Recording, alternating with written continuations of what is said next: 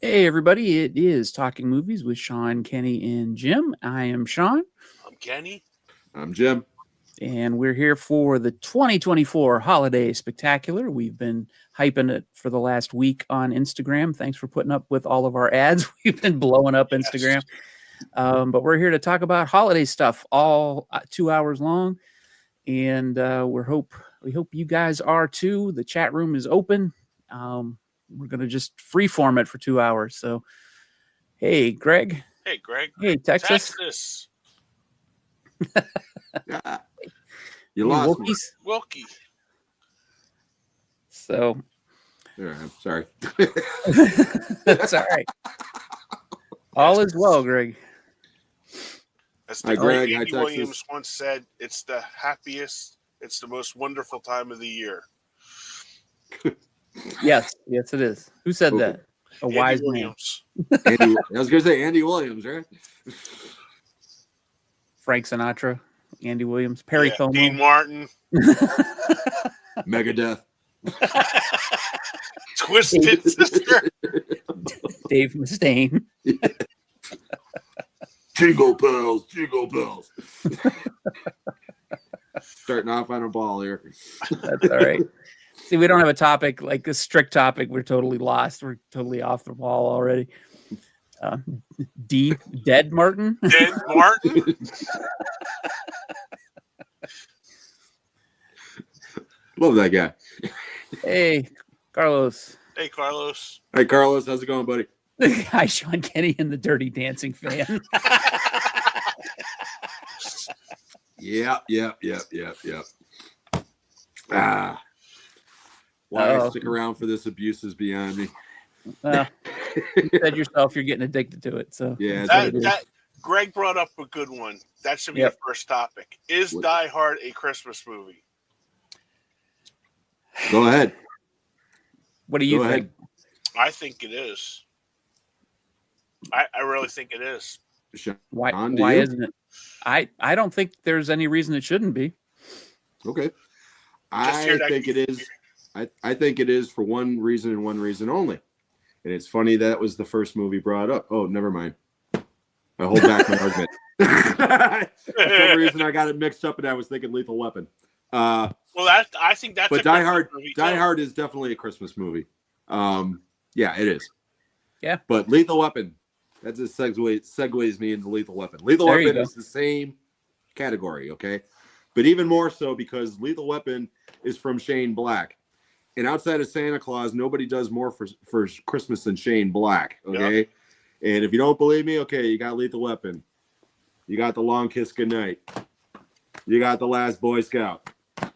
You got Kiss Kiss Bang Bang, and God That's a knows great everything movie. else. Yep. Shane Black is his own Christmas movie specialist. Yep. So, yeah, it is a Christmas movie, as is Die Hard. Hey, Mr. Dan. Hey, Mr. Has Dan. anybody asked Hey, Dan. Shane Black why he does Christmas-themed movies?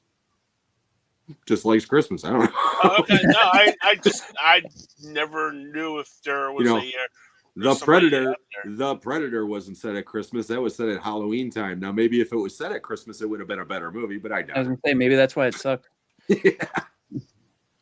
And The Nice Guys is his only other one that I can think of that's not set at Christmas time. But everything else that man has ever been attached to, I swear to God, is set at Christmas. Yeah, the Long Kiss Goodnight. That's a really underrated movie. That's one of my favorite action movies from the last 30 years, without a doubt.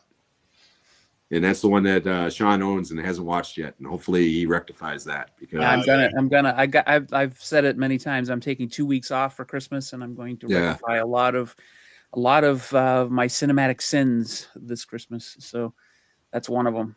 So yeah, have a Shane Black Christmas marathon.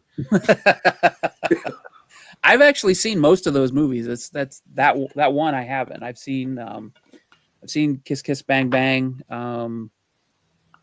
Nice Guys is him too, right? Yeah. Yeah, I've seen that.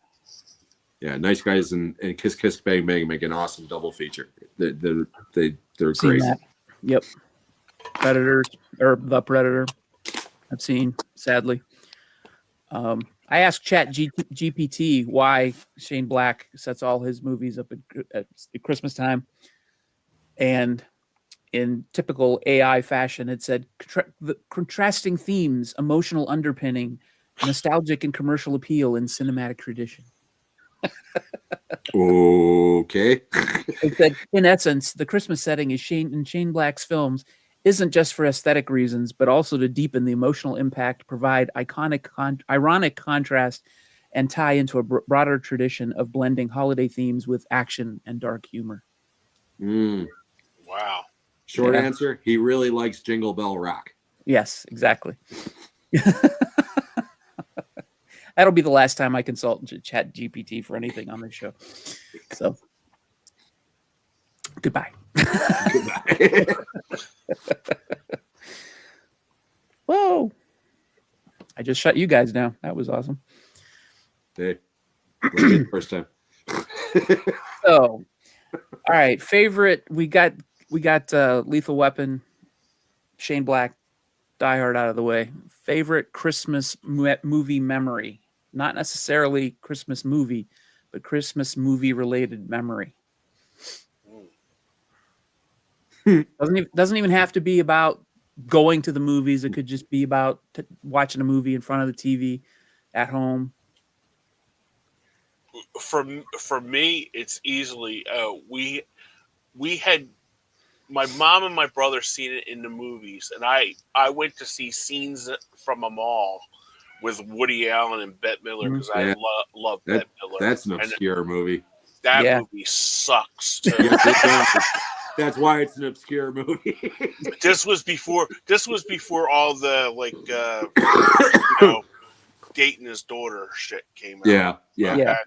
And I've never seen a Woody Allen movie after that. But I remember we rented it the first day, Home Alone. We rented it the first day it came out on video.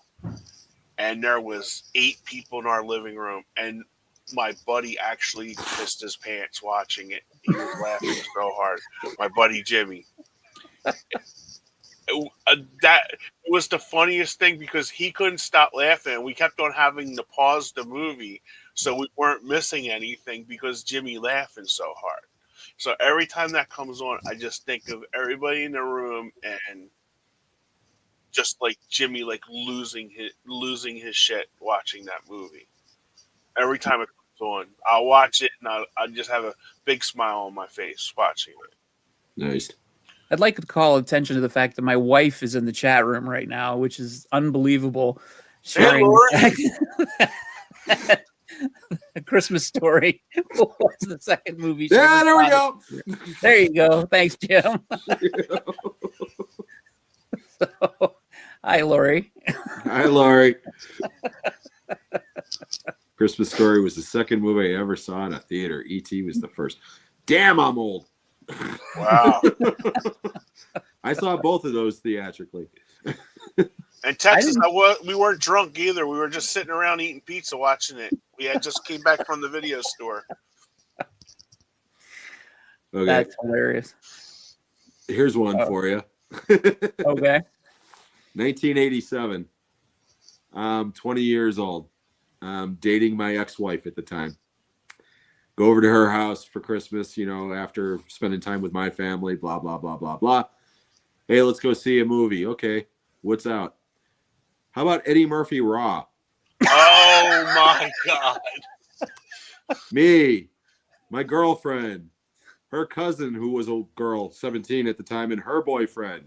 The 4 of us go see Eddie Murphy Raw and spend the next hour and a half laughing hysterically while our 2 girlfriends are giving us the dagger eyes because we're laughing at nothing but anti-woman jokes for an hour and a half. Yeah, that was an interesting Christmas. But yeah, Eddie Murphy Raw. I'll never forget seeing that on Christmas Day. That's hilarious. That's awesome. Texas, you don't have to go anywhere. Lori's good people. She's not going to be offended by anything.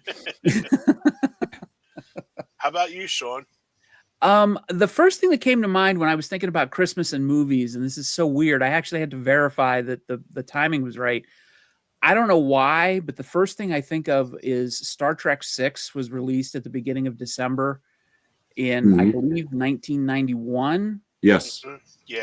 And just the crowd that came in to see that was awesome the first night that it was released. And it was around the holidays and everybody was really chill.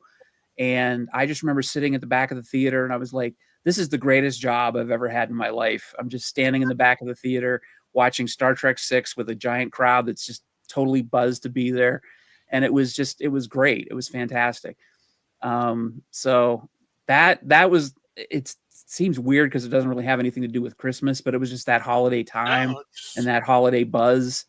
And I was around Star Trek, which is super nerdy, but that was fantastic. And it was just, that's something I love to do when I was a projectionist.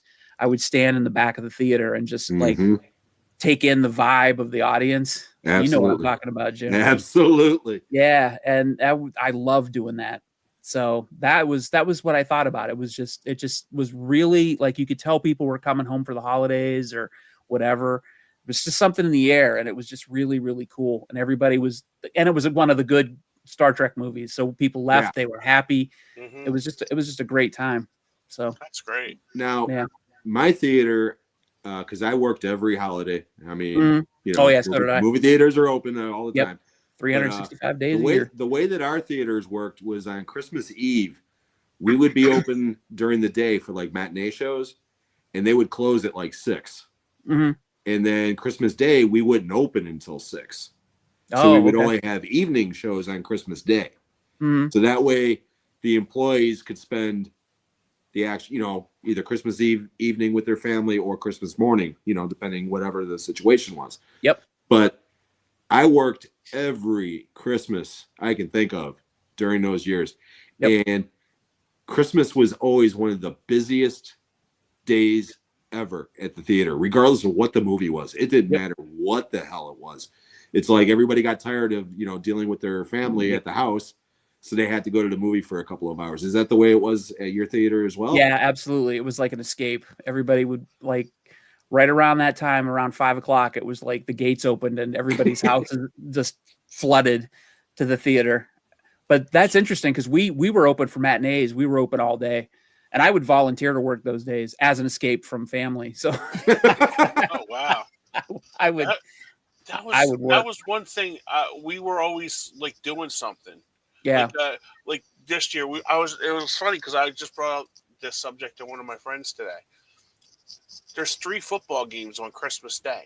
It's like, who the hell's going to be watching them? Because Yeah, it's that's like, weird. really? Oh, okay. No, but it's just like, you know, on Christmas, it's like you get games and Yeah. you're playing them all day, or you're playing, you know, games with family, because it's like Right. we'll be playing board, like my nieces and stuff. They're like really into board games, Hmm. you know, and they're like in their 20s and 30s. So we'll be playing board games till, you know, crack at dawn. You know what I Right. mean? But I just never, you know, and especially when you had like Nintendo and stuff like that. You got Nintendo games or Atari games, especially Atari. Man, that was huge in my house when we got Atari. That was like, Well, really too, you got to huge. think about it now. The TV isn't necessarily the center for watching stuff. You've got Right. people watching stuff on their phones and iPads. Correct. And Yeah, devices, that's and, true. you know, you can prop your phone up on the glass in front of you at dinner and watch the game. So Not in my house. I get my ass beat for that shit. yeah. I'm just saying theoretically. Yeah. I'm better off bringing a Fangoria to the dinner table. Yeah, that was like really odd for me. I mean, Thanksgiving you can see, because like even people that don't watch it, like my cousin, he doesn't watch, you know, football. You know, It's always it's a tradition. but it's a tradition. Thanksgiving. It's like, I think they're just, you know, doing this just for greed. Yeah. Christmas was always, as far as like sports went, Christmas was always basketball. Yeah. Yeah, that's true. You know, there was always basketball, unless Christmas fell on a Sunday, you know, and then football would be on. But, I you know, still think there is basketball games on. there Christmas. always is every year. Yeah. I mean, that's like Yeah. tradition, which again, I stopped watching basketball when Michael Jordan retires. Which time? The last time. The last time with the Bulls. Yeah. Yeah, I was living in the Chicago area at the time, so that's where I grew up. So I'm a big Bulls fan back then. Talking about Christmas tie-ins and stuff, okay. Did you guys ever get like a movie tie-in toy or whatever for Christmas? That was like your favorite, like Star Wars type shit or anything like that? Because I can think of two from my early childhood that immediately pop in the I'm head. glad you brought this up because that was one of the things that I was going to bring up. The three biggest gifts that I got, and one of them I put it on my blog, was this is number 3. It was all the Star Trek guys, and we had the Star Trek. It was like a play set. It came like it out like yeah. You had the Mego set. Yeah, the Mego. The 70s. So it was like we got that, and we got because it was like a Star Trek. It was a Star Trek Christmas because we even got the phasers, and we got the walkie talkies that they had. Communicators. Yeah. So we got that. My second favorite was one year we got the Hall of Justice and all the Mego Super Friends. Yep. Nice. Yep. And then my ultimate gift, and I wish I could find one, was the Evel Knievel stunt cycle. Oh yeah. I had that. You crank it up, and that some bitch went. We had Absolutely. it like me and my brother had it, and my mom was like throwing flour for fire, like going through like fire and stuff. We had like took all the cushions off, and we were like building ramps because we had like all the Hot Wheel car ramps and stuff like that. So we were just like anything off of this guy. I mean, we had it like going in the tub. Oh man, it was just like it was great. Because me and my brother still talk. We're like in our 50s now, and we still talk about that. That's the greatest thing. And my mom was just like, "Don't." The only thing that she said was, "Boys, don't hit the TV." That was the only the 25-inch console TV Sears special. But man, that's some bitch. We had that flying. Yep. It was so great. Yep. Absolutely. Texas How knows. about you, Sean? There you go, Texas. Oh yeah, I had the Evel Knievel thing, but I had Star Wars was probably, as far as movies go, movie tie-ins. I had the Star Wars, the 12-inch that they weren't really the action figures. Yeah. They were theoretically they were the doll, so they were the size dolls. Yeah, the big ones.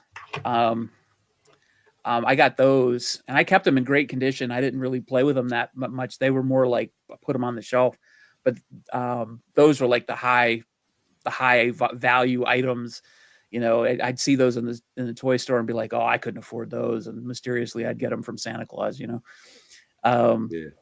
And I was just really excited about those. But I was really into like electronic games, like handheld electronic games, and they didn't have a lot of movie tie-ins, but they did have a Star Wars one, and I got a paper route just to save up to buy the Star Wars one, and it was the worst game ever. I don't even remember playing it, but it was terrible.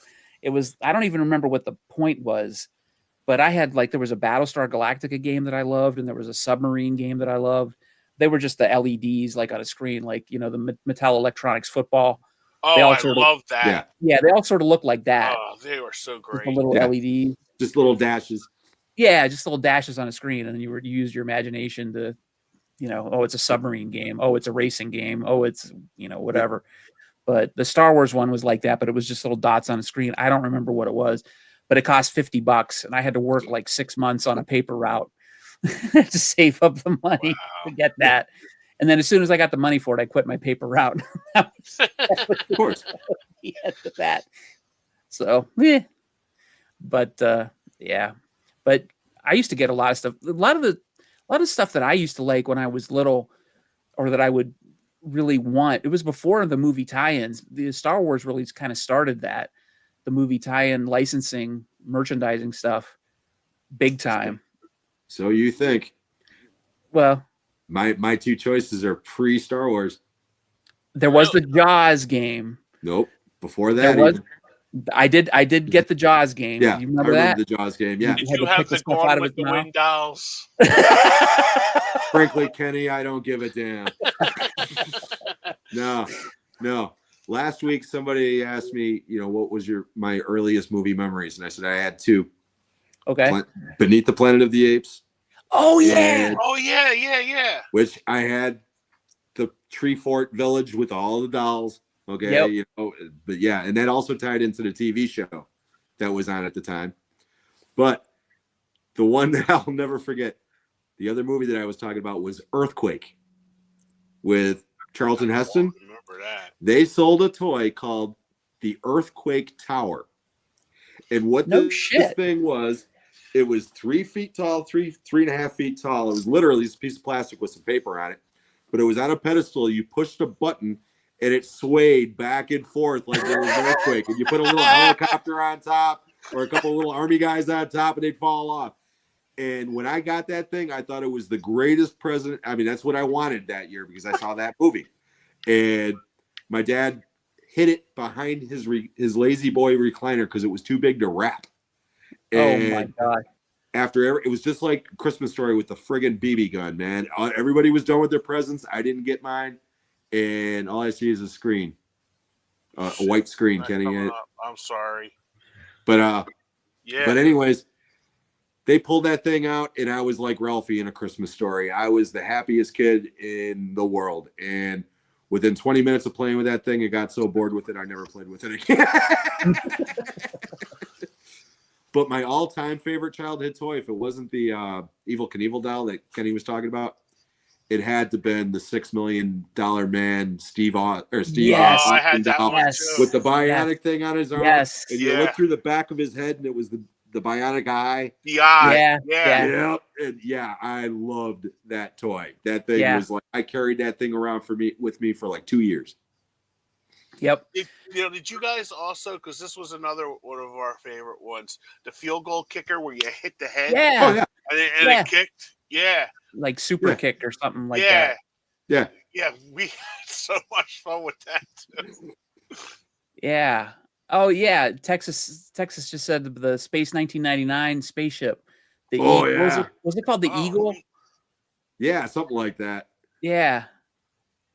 Yeah, the Planet of the Apes. I had the Planet of the Apes Mego figures.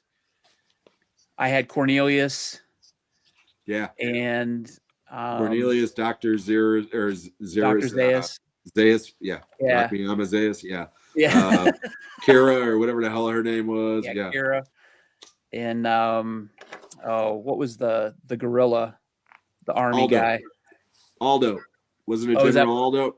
General Aldo, was it? Or was that from the TV series? It was one of the two. Yeah, I don't remember. Because they kind of blended together Yeah. to me at that age. I mean, Yeah. I was like 6, 7 years old when that shit was, when the TV show was on.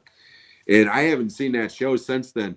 I know Mr. Dan or somebody tracked it down and watched all those episodes or something recently. But, I would actually love to see that show again. Yeah, I would too. Wasn't there an animated? Yeah, there Planet was of an the Apes, animated too? Planet of Yeah. the Apes. Yeah. Yeah. Greg brought up the Jaws NES game, which was totally not what we were talking about. We were talking about the plastic. Plastic one that Jaws. just opened up and Yeah, you it had just to. had two rubber bands, and Yeah. you put all this junk in the bottom of its jaw, and you had to fish it out with like this hook, and Yeah. it slammed closed when there was not enough stuff in it to keep it open. But yeah, that Jaws game was terrible. And not to interrupt, by the way, Greg, congratulations on winning the giveaway on my channel. And I will be mailing out your prize tomorrow. Oh, nice! Congratulations. Congratulations. Yeah, Greg got himself 3 movies. Very nice. Yeah, the other one was remember the show SWAT? Mhm. Oh yeah, We had the SWAT van. Yeah. The truck with all the figures too. No Because problem. we lived in a row home in Philly at the time, and after August we could not go downstairs in the basement, the cellar. Yeah. and play, because it was like that was like it had like everything in there. So if we wanted to like our bikes or something, my mom would bring up the bikes and she finally put it like right in front of the basement door, and it was locked. So one time she went out with my aunt, and me and Chris went down there, and here she had like Santa Claus was like wrapping all the gifts down there, and there was like paper and everything, and she had it like divided. She had a K and a C section, like split, and she would just like put them all down there. And I said to my brother, "We're not going. We're going to go upstairs, and we're not going to see what we just saw." He's like, "Right." So of course, 2 hours later, he like, "Well, we went downstairs. You what?" And she like freaked the hell out on us, And we're like, "Mom, we didn't see anything. We just seen the K and the C. You guys are so, And I'm like, "Oh man." He was like 7 at the time. I'm just like, kill him, But yeah, I don't think the toys are as memorable now because there's no stores to go to like make it. I remember going to Kmart like it seemed like the bag was never ending when you were pulling shit out of the bag. Yeah. When you're going to Kmart, and my mom was like really huge. She would like as soon as the blue light special would go on, she'd be like mad dash to the. She's telling us, boys. She's going, "Kenny, you're tall. Look, where's the blue light?" I'm like 10. Chris is 8, and I'm grabbing his hand, trying to, because my mom's like making an ass beeline to the blue light special. It's like they got Aquanet on sale, boys. Let's go. So just like stupid stuff like that. I remember, and it's just like it always makes me smile now. I worked at Kmart briefly, and the blue light special had lost all of its luster by that time. So. Oh, really? Yeah. I worked there for one day. Yeah. When Caldor went out of business, my buddy got a store manager job at Kmart. He goes, "I want you to be the customer service manager." I'm like, "Okay, no problem." You couldn't call anybody by their names. They all had numbers.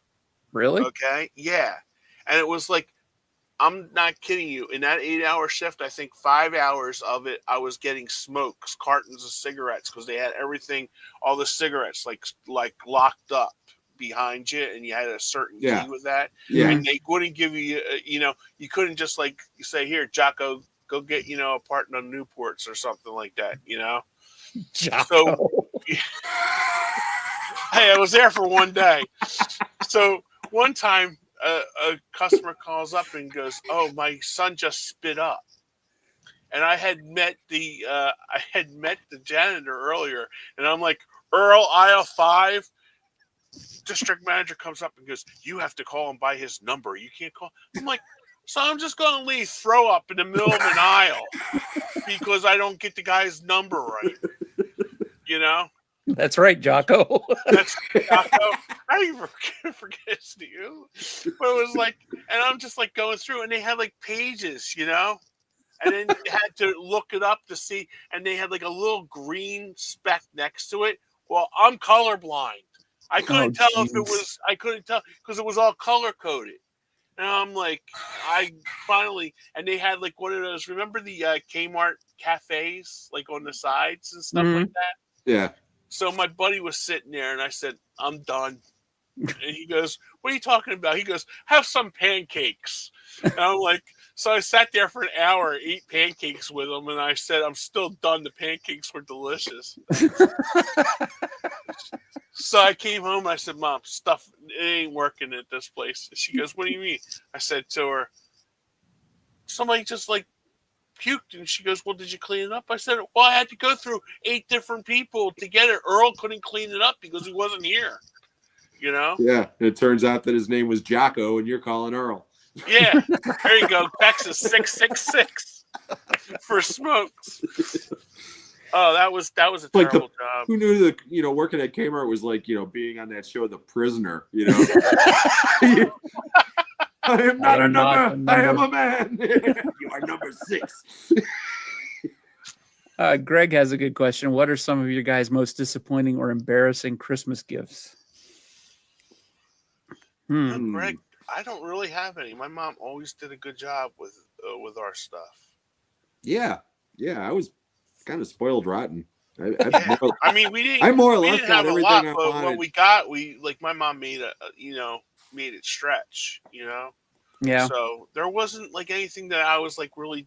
One year I was really mad that I didn't get a bike, and we had just cleaned up everything and stuff, and she's going, Ken, can you go down and get a loaf of bread? I forgot to bring it up.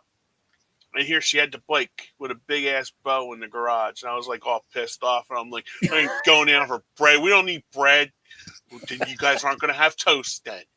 And I went down there, and here, dumbass me, was a big bow down there, because my brother had got his big gift, and I was mad that my brother got his big gift, it was a CD, like a CD boombox, one of those sound designs from Kmart. My mom was never a big brand name person. She would find the sound design or something like the Kmart. Sound design and Emerson. Philco. Yeah, Emerson. Yeah.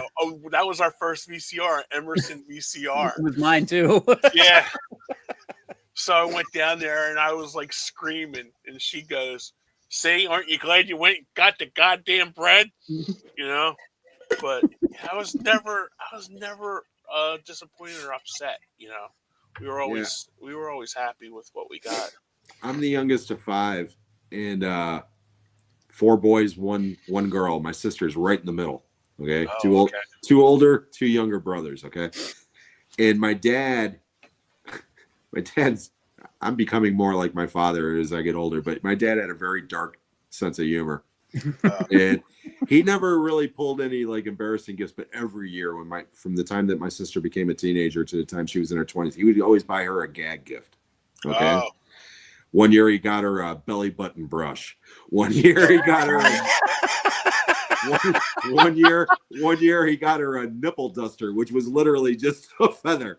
But the best one, he took a Pringles can and he wrapped it up, and she could hear something in it, but she couldn't figure out what the hell it was for the life of her. Okay, I think she was like 18 or 19 at the time. She opens up this Pringles can. He put a Playgirl magazine and a Jumbo Slim Jim in there.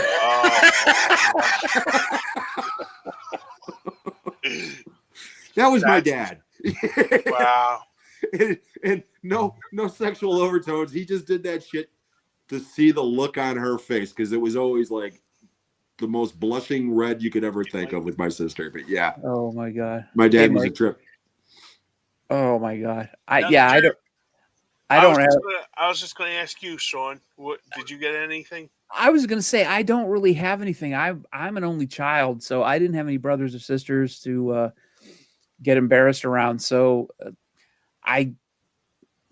that really wasn't the goal of my parents. So I don't think that ever happened. If it did, I must have blocked it from memory. So, yeah, I was always happy with what I got, because we were poor when I was young, really poor. And I didn't really understand being poor when I was young, but somehow my parents, looking back, my parents got me what I wanted anyway.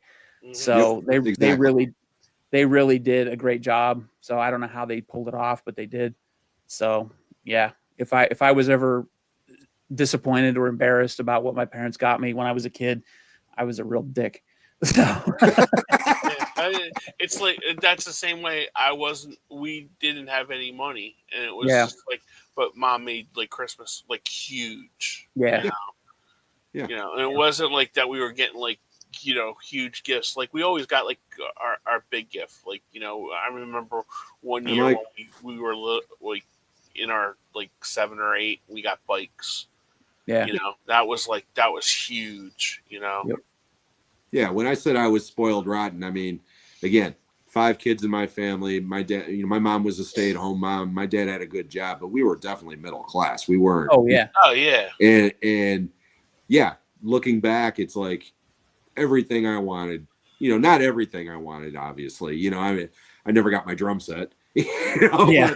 but for the most part, Yeah. like you guys said, if I wanted something at Christmas time, it was covered, Yeah.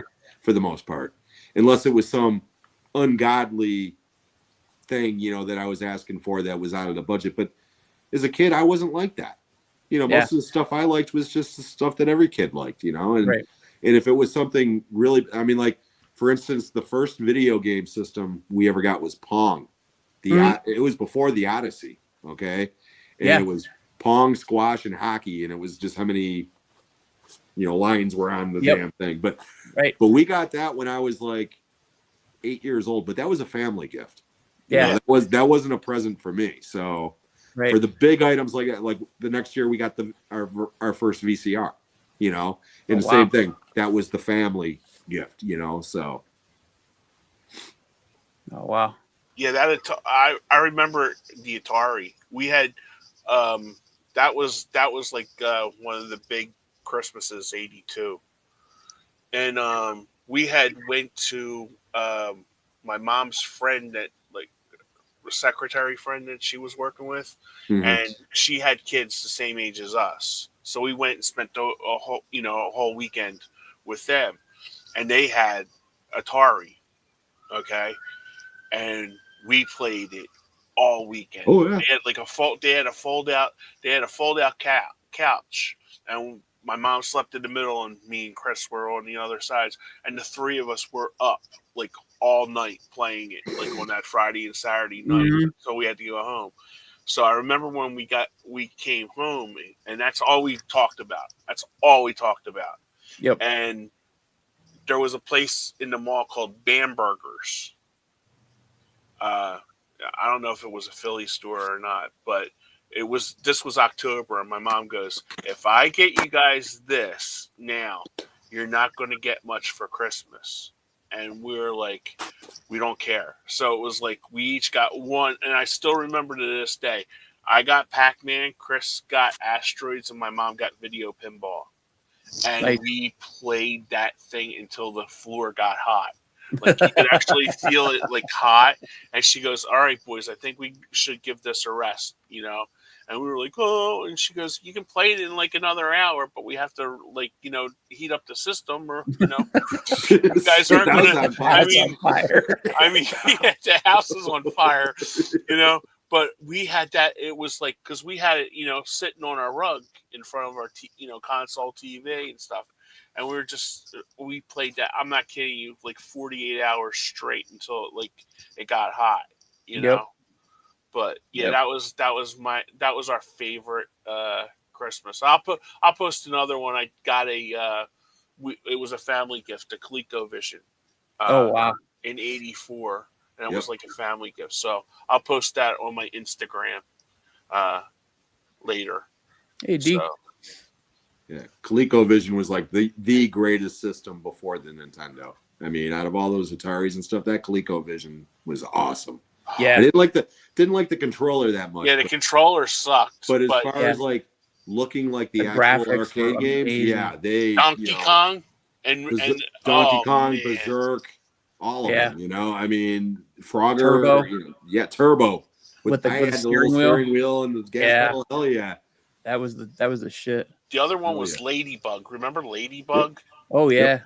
Oh, Atari 5200. My friend down the street, his name was Albert. Why do I remember these people's names? I couldn't tell you what I had for breakfast today, but I can tell you what these people.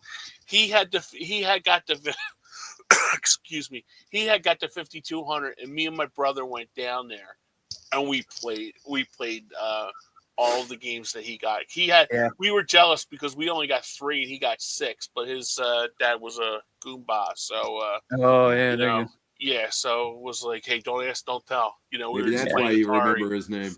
go. Yeah, but his name. Yeah. I would Hey. say his last. I would say his last name, but I don't even know where the kid is now. It's like Yeah. 40 years later, Don't- but I don't say still his name. remember I- his name I was don't wanna get Albert. shut He had a down. sister. He had a sister, Conchetta. Make it more obvious now. Yeah, but they were very nice people. The father used to come when he come in. He goes, "You guys want some sauce?" He always had spaghetti sauce on, My wife used- on this. My wife still does that, Greg. Yeah, She I like does to do that. to her kids. I like to do that to a lot of people. That's always fun. Yeah, my mom. If there was never regular boxes, my mom would like empty in like Ziploc bags, like Fruity Pebbles, crackers, and put them in there. And then it was like we're getting a box, and I remember opening up. It's like, why am I getting Wheat Thins for Christmas? You know, and just like open it up, and then you go out to the kitchen, and on top of the refrigerator there was like all Ziploc bags full of like Fruity Pebbles, Wheat Thins, you know, all this stuff. And my mom goes, "Boys, don't break down the boxes. We got to put the stuff back in there." I ran out of boxes. You know. Hey, Sean. Hey, Sean, how you doing, buddy? Hey, Sean. Yeah, I'm sorry to hear that, Sean. I hope things work out for you, bud. I really do. Yeah, And, same here. Hit me up on Instagram if you want to talk. We're here for you, bud. Yep. How about did you guys I was talking to Carlos. I didn't And, have TurboGrafx. Yeah, I never knew TurboGrafx anybody who 16. had that. Yeah, I didn't have that, but one of my buddies did. But I was talking to Carlos. I don't know if he's still in the chat or not. But he lives over in the UK. And we were just talking about movies that played every year on TV. Like here in the States, obviously, you know, Christmas Story, It's a Wonderful Life, you know. Mm. But he says growing up, not so much now, but growing up, he said like clockwork. Every year at Christmas, they would either play a James Bond movie of some kind, especially the old Sean Connery ones. Yes. But he said like clockwork, he could set his watch by it, The Great Escape, every year. Really? Oh, I don't remember Yes, that. and I There told was him two that always played. It was The Bells of St. Mary and White Christmas, because my mom, that was my mom's favorite movie, White Christmas. yes. And even if we were like playing like on the floor or something, that was always on the TV in the background. Even up until she passed away, she would always watch White Christmas on Christmas. Even if we were doing something, even if, you know, and she would, you know, sing this, you know, snow, snow, snow. Hopefully no copyright on my singing. Yeah. But Be nice to us, YouTube overlord. yeah, be nice. If I get an email I for am a that, sick man. I'm recovering from the flu. But yeah, so I'd love to see who I get that email from. that fat guy sang that snow song. Your copyright strike. From the Office of him the out of Ghosts of Christmas Past. Yeah, but that was, But yeah, they the were idea really of cool. watching The Great Escape, I mean, The Great Escape is a incredible great movie. I mean, it's one of It's a my great favorite movie. horror movies. But I told him I just don't make the Christmas connection with that, you know? I don't either. Because with us, I explained to him, I said, especially growing up as a kid, it was always religious movies. Mhm. You know, Ben-Hur, The the greatest story ever told, The Robe, Jesus of Nazareth. Okay. Yep. At Easter time, 10 Commandments. You could set your watch by it, you know? Yep. That was a and the- huge thing Saturday night to watch the 10 Commandments before church. On Yep. Sunday. And the only like non-religious movie is, you know, even kind of war-related movie that they would play here was The Sound of Music, Yeah. which Yeah. they just played a couple of nights ago on TV. Yeah, we watched it. Yeah, and he said that that's one of the ones that they don't play over there for some reason. I was watching Stuart George's channel, and he lives over in England. Mhm. And he said the he's in two, England. and he said the two movies that they watched on Christmas all the time were the Richard Chamberlain, Three Musketeers and Four Musketeers. Yeah. He That's said bizarre. he said you could just like pin it on Christmas that they would play those movies. Yeah, but I mean, That was random. but to like I me. said, I just my brain was just like doing somersaults trying to figure out the connection with James Bond of all things, you know, Yeah. and Christmas. Unless you're doing The World Is Not Enough with Dr. Christmas Jones, you know, which was like the worst character in Bond history, you know, but yeah, that just totally blew my mind. That's Excuse me. That's random. Yeah. You guys in the chat, how about you guys talk about that? Talk amongst yourselves. I was going to say, I remember, like when I was a kid, there would always be a James Bond movie on in December. Wasn't necessarily like a holiday, there wasn't a holiday connection to it, but they would always play one of the Sean Connery James Bond movies in December, like during the week. Yeah. But yeah, maybe I just don't remember that. But yeah, apparently. But I they used to still watch do those that. with my dad. I would always be excited because I used to like to watch action movies with my dad. Yeah. And it was always like, Thunderball or Goldfinger. Dr. No, Goldfinger. Yeah, that was always one I always hoped it would be because that was my favorite. But yeah, I don't recall ever seeing The Great Escape ever being on. And I was actually talking with my wife Sunday because we watched The Sound of Music. We were like, what is the connection between The Sound of Music and the holiday? Like, it's not really a Christmas movie. It's a family movie, but did it open up on Christmas? No, I don't think so. I don't think so. I just think it's just one of those traditions, because I know they used to play Mary Poppins a lot. Yeah. Around Christmas time too. So maybe it's the Julie Andrews thing. Maybe. With her singing and such. Yeah, but, so I looked it up and it just said just it became a tradition just because it's a family movie and it brings families together and it just got people around the TV. Yeah, so Sound of Music was released in March. So yeah, that's a great point. I swear I don't even remember that being on. Yeah, 3-hour movie and it takes them 5 minutes to get over the Alps. It's true. It's a great movie though. Yeah. But yeah, like I was telling him, it was always religious epics and non-stop Christmas specials. If there was a song, there was a animated special. Rudolph and Frosty and Santa and my all-time favorite, of course, which is based on a song, but The Year Without a Santa Claus, right there, baby. Yeah. Mr. Heat Miser and Freeze Miser, the greatest Christmas song ever. Come on, Kenny, sing it. I don't want to get a copyright strike. You won't get a copyright strike. I'll get the copyright. No, strike. you'll get but we as a people. Yeah, that was such a great one. That one and of course Charlie Brown Christmas. I mean, come on. It doesn't get any better.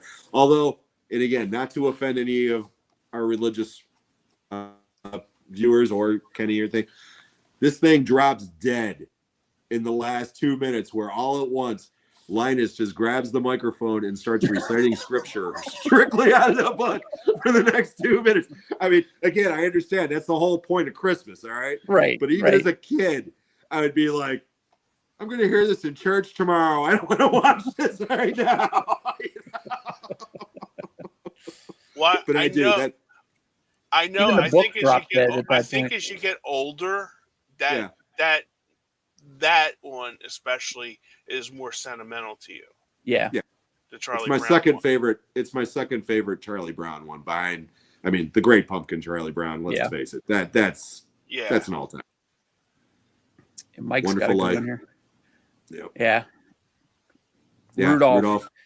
Charlie Brown and Frosty the Snowman. That topic I was just going to bring up after we got done discussing that. Do you guys remember, especially in December, okay, you getting a new TV guide from Heritage, Wawa, wherever you got it from, the supermarket, and then circling all the holiday shows that you were going to watch that week. Oh, yeah. And you couldn't wait because I remember we had, my mom always had construction paper because she was a preschool teacher and stuff. She always had construction paper, and we'd get the Elmer's paste, the white paste, and we cut it out of there, and she would have us write Monday what we were going to watch. Oh man, construction. So it was our own, our own little TV guide that we had. That's cool. So it's but it's a shame the kids don't get to that anymore. It's with streaming services and they don't really have. I mean, even today, like if you go on like 3, 6, or 10, NBC, ABC, or CBS, they don't really have any like of the holiday specials. Like Well, they still to. do, but they're scattered. Yeah. Oh, okay. Like they'll have one on a Monday this week, they'll have another one on a Wednesday the following week. Whereas when we were kids, it was like boom, boom, boom, boom, boom. Yeah, it was like a solid week of them. Now granted, there was only 3 channels back then. Right. Right. But still, you were talking, Kenny, that a lot of the kids unfortunately don't get to, they don't see these or they're not interested. My grandson, who is 12 now, we've got most of those specials on DVD. Oh, okay. And from the time he was about 5, every year at Christmas, I'd sit him down with me and Grandma, and the 3 of us would watch these specials. Now, he doesn't necessarily watch them now, because now he's too busy playing Roblox or whatever. Right. But he knows them all, That's awesome. And he could sing half the songs and shit. I mean, he knows who Heat Miser and Freeze Miser are. His favorite was Rudolph's Shiny New Year. Yeah, the baby New Year with the giant ears. Yeah, where kids like that. And his ears pop out. Yep. And the other one they're big fans of is the Leprechaun's First Christmas. Because I remember that one. I don't remember that one. Yeah, it was like I think it was a Rankin and Bass one. Probably because they did just about all those. Yeah. The majority of those stop motion ones. Yeah. Greg, I'm not ignoring you're throwing out all your favorite Christmas films. We'll be getting to Christmas films, so don't worry. I'm not ignoring you. How about now, Kenny? You worked at a video store. Yeah. Right? Did you work at a video store at Christmas? Yep. Okay, so they're insanely busy as well. Yeah. Okay, and I know you worked at a movie theater on Christmas, Sean. Okay. Oh yeah, many years. What, if you have any, what is your favorite working on Christmas story at either the theater or the video store?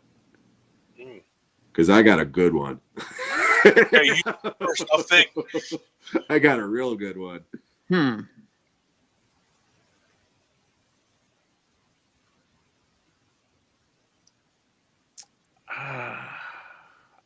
I don't really have a Christmas one. I have a New Year's one, but okay. I don't really have holiday. A Christmas one. Yeah, it's a holiday. It's just the one thing I would do when I was a manager at the last theater that I worked at, I sent everybody home early. Like we closed on time, but I sent everybody home earlier than I normally would, so they could be home for midnight.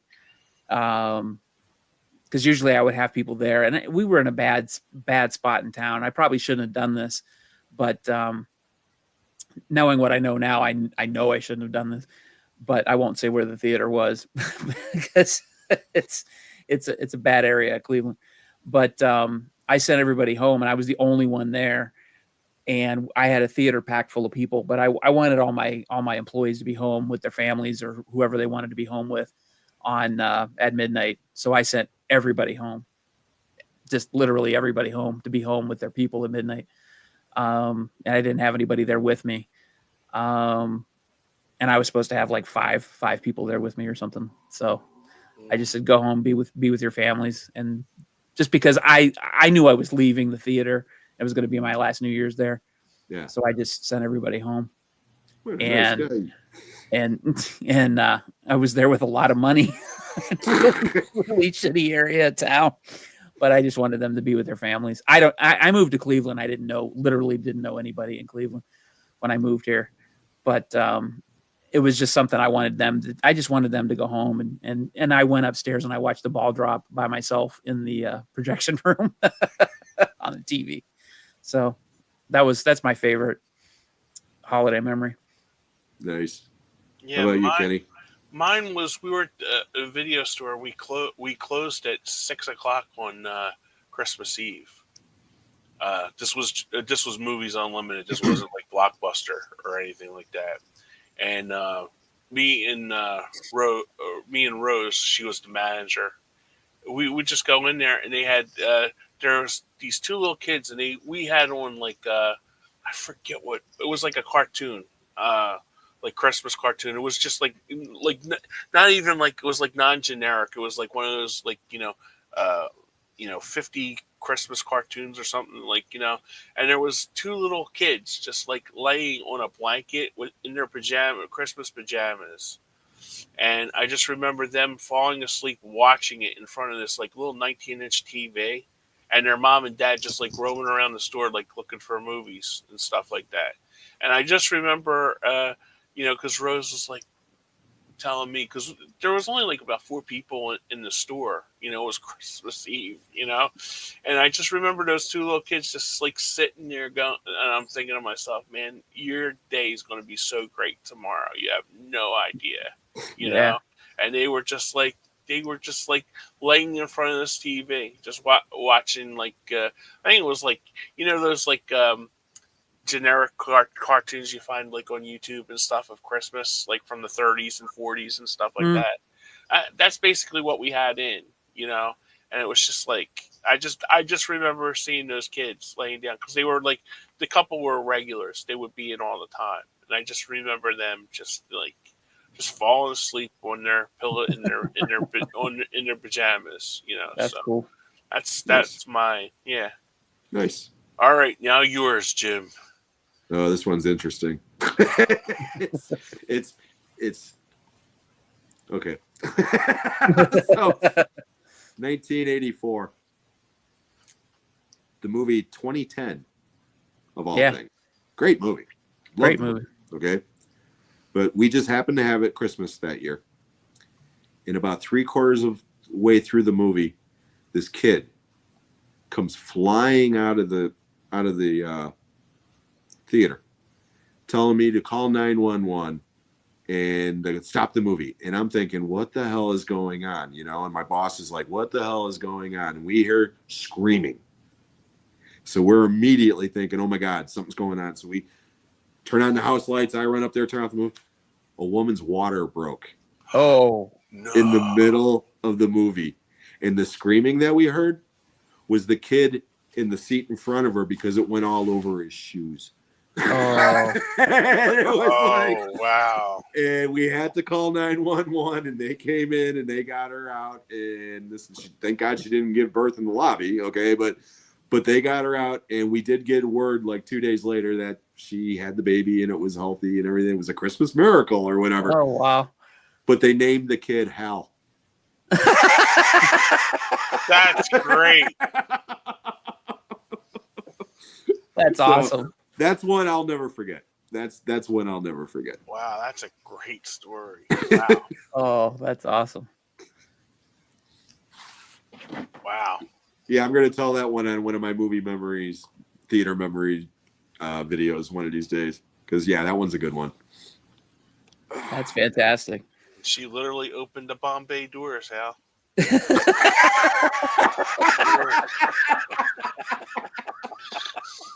Literally. Oh, man.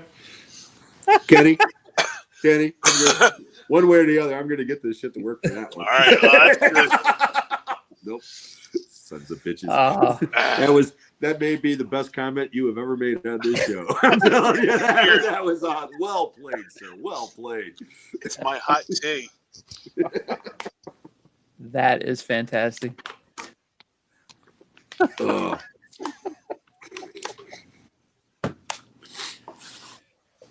Alrighty. Do you guys open for everybody in the chat too? Come on, chat.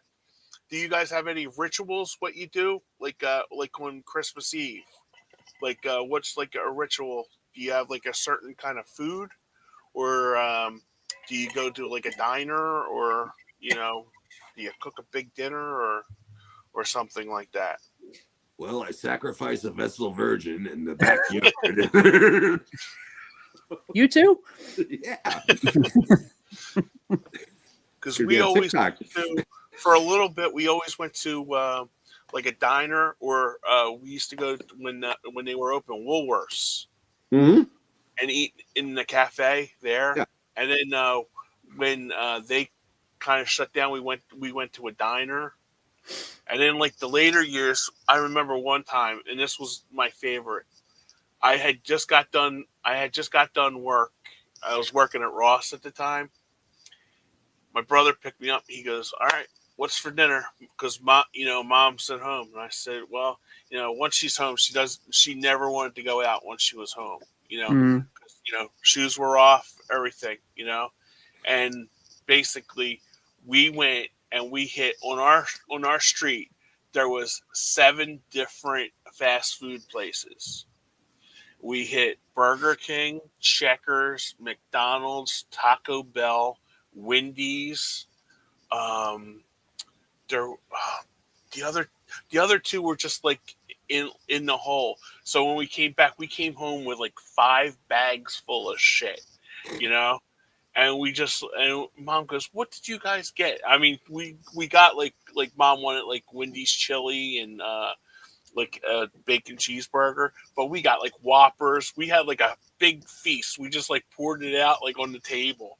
And I'll never forget. And the one time that was it. We went to 7-Eleven because we wanted to get big gulps, like the double big gulps. Yeah. And we went in there, and I came out with a hot dog, like the big Christ. one. Hot dogs. It's like we only had fun. So my brother goes, "Well, let's eat that in the car." So I ripped it in half. We were eating a hot dog in the car coming home. But I'll never forget that because my mom's like, "This is going to feed us for 2 days." And me and my brother, big guys, we're like, "This won't last till the night, Mom. What are you kidding me?" We finished everything though that night between the 3 of us. She was not a light eater either. My mom would have just looked at all that, looked at me, and said, "How high are you?" No, we just because it was like I had just got my Christmas bonus, and it was like burning all. It was like when you're 10, you got that Christmas money burning a hole in your pocket, and it's like, let's see what we can get. And I remember the person that at Wendy's. She goes, "What else do you guys want?" Because we had just gotten a chili, and she threw burgers in there too, because it was like almost time for them to leave. And I'm like, "Hey, thank you, Merry Christmas to you too." So it was like my mom had bacon cheeseburgers the next day to eat, Nice. But yeah, that was my brother still talks about that to this day. We talk about that. It was the year you got diabetes. Yeah. Heart attacks. We're Baconator. both still here.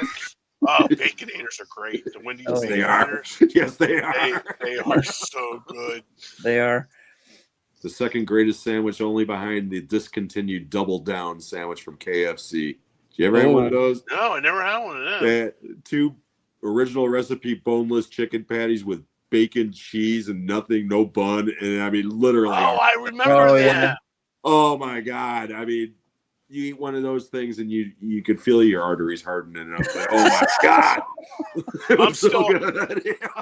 I'm still a Whopper guy. I'm a Whopper guy with extra onions. But those Baconators, I had never had a Baconator until a couple years ago. And my buddy goes, "You never had one of them?" I'm like, "Oh my God, those are great. Those are good." Yep. They're pretty good. We're seriously off topic now. Yeah, we are. Greg says he has dinner with family. And then Texas said he was always allowed to open one present on Christmas Eve and then the rest on Christmas Day. My great-grandmother or my great-grandmother made Christmas dinner, so we never really went out. Yeah. Yeah. Yeah, when we did that one present on Christmas Eve. We would do that. We would do the night on Christmas Eve. We would all get together, like my mom, my stepfather, and me. We would all open one present, and then the next morning we would just open everything else. Okay, now, and that was another thing. I don't know with you guys was. My mom had to capture the 2 of us walking down because she had to go plug in the tree because the tree was like the big thing. We had a big artificial tree. Okay, that's probably another fight with everybody because I know because my family they do real tree, and my mom's thing with that was she said you can't leave it on the whole day. You have to turn it off. you know, like that. And my mom always liked it on, especially like when she was home from vacation. As soon as she walked up, before she put on the coffee maker, she put on the tray. Mm-hmm. So it was like the tray, then the coffee, you know, then yell at us to get our asses up to like, go out, you know. We're on tree time. Yeah, but that was like it, you know, the tree, and then we had to like, you know, be surprised at the tree that we had just put, you know, together. You know, it's like, oh, you know, I wish, and it's a shame because we didn't have much, like, you know, like Sean said, we grew up poor. We didn't have money for like film and stuff. So now you'd like to have those pictures, you know. Then it was just like, let's get to the gifts, you know. Yeah.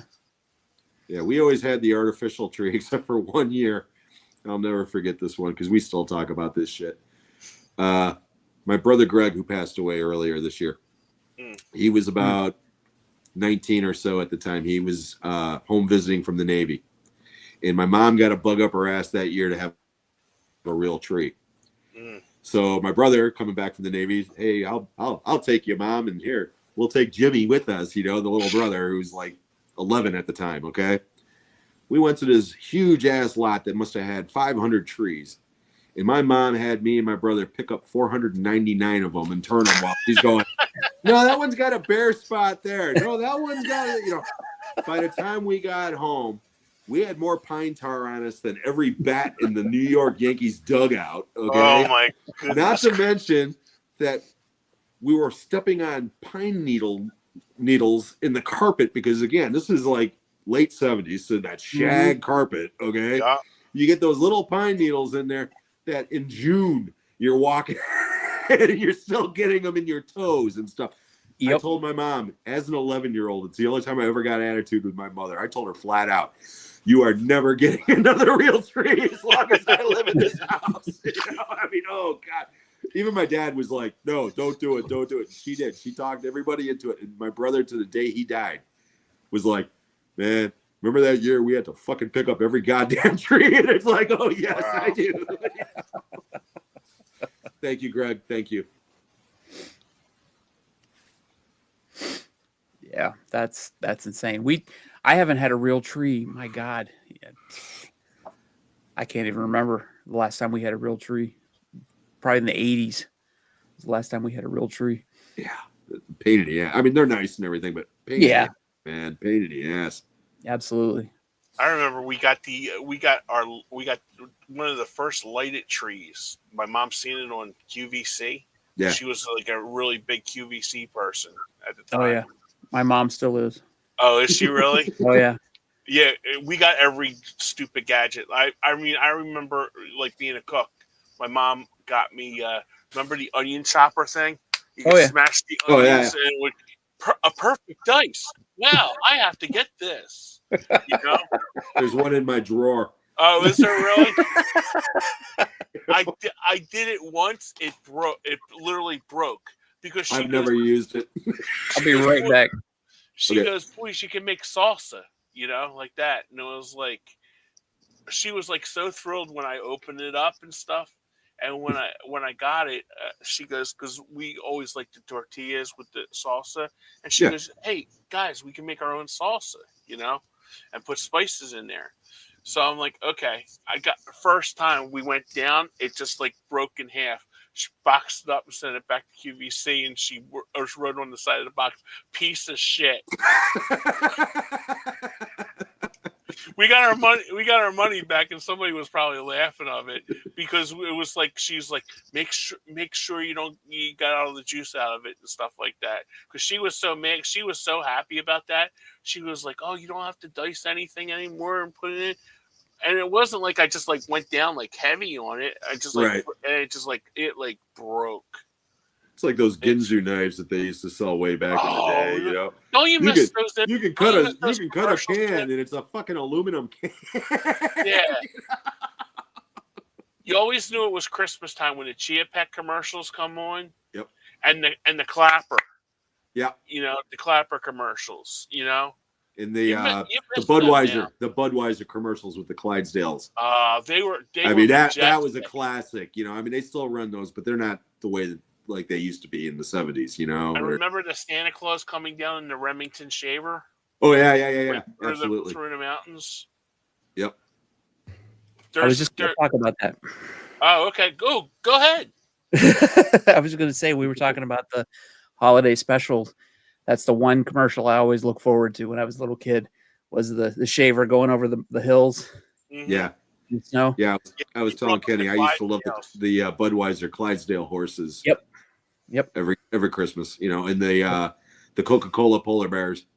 Yep. Yeah, that's kind of a newer one, but that's still I love those commercials. They're great. Absolutely. I like the Hershey Kisses with the bells that ring. Yeah. I have a friend that she says that Christmas doesn't start until she sees that, and I literally didn't see that until Sunday. Really? This year, I didn't see it until Sunday. Now, mine is the Corona commercial with the tree that lights up. Yeah. That's the one for me. I saw that way earlier this month, mainly because they play it during football games. We have one here. If Mr. Dan's here, he'll back me up on this. It's for the Pennsylvania Lottery, and they're like, and it's been running the same commercial with the same people, but they overdubbed the guy going, "Thanks, Rita." You know, he's literally getting. It's like an old. I'll send it to you guys. It's so popular here in Philadelphia. The same commercial. These people are probably dead in the commercial now. This is from 1980. It first started in 1981, and you see the guy came out, and the guy who like buys the paper. You know, you got the newsstand and stuff like that. Mm-hmm. That's a great gift. You know, but it's like because my brother sent me. He was watching the Flyers game one night, and he was like, "Yup." He goes, "Christmas is officially started." I said, "Did you see our commercial?" He goes, "Yup." My dog is currently trying to reenact the scene in Christmas Vacation where the dog gets in the garbage. She just got into the garbage, and she's currently taking all the garbage and running it under the bed in the other room. So that's what I had to go investigate. If he goes to town on you, Clark, I advise you let him finish. The M&M's commercial, Greg, those are good ones too. Yep. Yeah, my dad used to bitch every year at Christmas time. He'd say, every goddamn year, all you see is jewelry commercials and car commercials. You know, because you'd always see where the guy's buying some woman a big ass rock, you know, and it's like, just because you're you, honey. It's like, be right back. She's getting something. He's getting something special for Christmas this year. Don't you like after Christmas? Because I was just telling my friends this today. You know, like there hasn't been like a glut of like Macy's commercials or like, you know, JCPenney. Like the only JCPenney commercials you'll see is with Martha Stewart and Shaq on there now. but there hasn't been any like, I mean, I'll have to send this to you, you and Sean. There was a thing about like the malls, like in the 80s and stuff like that, and how like huge they were. Yeah. And I think the only time that we ever went to Hickory Farms was to get their sausage, you know, to taste the sausage at Christmas time. You know, I think that was the only time that we ever went to Hickory Farms. We just got a Swiss Colony catalog. Like, did yesterday. You really? Yeah. Oh, that's too funny. It was funny. Okay, I was a band kid. You know, I played drums in school band, and we'd always have to do fundraisers every year. You know, and every Christmas, I had to go to door, knocking on people's doors and ask them if they want to buy meat or sausage or cheese. Okay, wow. You know, for Swiss Colony. And I'll never forget my best friend Rob at the time was going through the catalog, and you guys have probably seen it. It's like a white cheese with rolled in nuts, okay, or whatever. And he's like, "Oh, that's my favorite. My family always gets that." And I looked at it and I went, "Yeah, it looks like the abominable snowman's dick." And for years after that, he'd be like, "You ruined Christmas for me. I can never eat that again. I can't even look at that again." Yeah, Greg brought up a great. Oh, there you go. There you go. That's yeah. Absolutely. And again, 5 kids in my family. So my parents would give us 5 different colored ballpoint pens. Oh yeah. So we could circle what we The wish wanted. And then they would have like the color code of who had what color and stuff. And yeah, Sears catalog, especially the Christmas catalog, which was about the size of a phone book. Yeah, that was Sean that said was the wish The book. wish book. yeah, that was like the high point of being a kid every year, Yep. without a doubt. When those things Yeah. came in the mail, oh, it was game on. Yep. And yeah, for me it was bad because it was just me, and there was J.C. Penney's and Sears. We'd get the two, and so I'd take them up in my room, and I'd just be like looking for each one and which one had the cheapest price, and I'd circle that one. You know. Yeah, Yeah, my mom parents- made an activity out of that one. She got, like I told you, she had the construction paper and stuff. Yeah. And we would take these big when we went to see Santa Claus. We'd have like a book like that thick of like 5 and 6 year old writing on it with construction paper. Santa, which ones? But we told Santa Claus, you can't have this because my mommy has to have this, okay? Because so she could pick out what the hell we're getting. Because she didn't look at it, you know. She was just like looking at us, and she goes, "You guys would be there for hours, just like pasting this stuff, you know." But yeah, it was. Can we put yeah, spoiler alerts on the show for the kids that are watching? Yeah, I'm sorry, kids. Yeah, don't watch Gremlins, kids. Because that was going to be another little thing I was going to bring up. Not necessarily a Christmas movie, but Mhm. memories, okay, Yeah. of a Christmas movie. Working at the theater when Gremlins came out. Oh God. Oh, God. I lost count of how many traumatized children came out of that theater Really? screaming between the violence and especially the Santa Claus story. My dad broke his neck coming down the chimney and blah, blah, blah, blah. Because you got to remember, okay, this was before PG-13. That movie was rated PG. Yeah. Oh my And God. it was advertised as a Steven Spielberg production. Yes, it Mhm. was. So people were going in there thinking they were going to see E.T., Yep. not seeing little green monsters blowing up in microwaves and Nope. hearing stories about how Santa Claus doesn't exist. I'm telling you, man. That. Oh, I man. lost count of how many kids came out, man, just screaming, and their parents being like, "I want to see the manager," like he wrote the goddamn thing. You Right. know? Unbelievable. Oh, that's off. I never even thought of that. I really hadn't seen Gremlins from beginning till end until about 2 years ago. I had Really? seen it. Yeah, I'd seen bits and pieces of it, but I never sat down to watch the whole thing until about 2 years ago. And I sat here and watched it, and I'm like, you know what? This is a great movie. Oh, it But is. holy shit. Going back and thinking about that. Oh God, that would be awful. Picture being 10 years old and seeing that. Oh, On a Never big even screen. that never even came to my mind. I was 17 at the time, and I was like, "Holy shit!" oh God. Oh, Yeah, that good would be like, times. Good times. God. I do have to say, Gremlins 2, when Gremlins 2 came out, were you working at the theater when Gremlins 2 came out? No, I saw it theatrically, but I wasn't. That was like a brief window in time where I wasn't working. At the Okay. theater. Okay, yeah. When Gremlins 2 came out, there's a scene in that, where the Where film the film breaks. breaks. Yeah, I Yeah. can imagine. And it fooled some of my crew, not me, because I was like, obviously the film's running, but it would fool some of the crowd, and they went and they would go complain, and I'm like, Yep. seriously, really? And it would freak people out. But I can't imagine with the first one.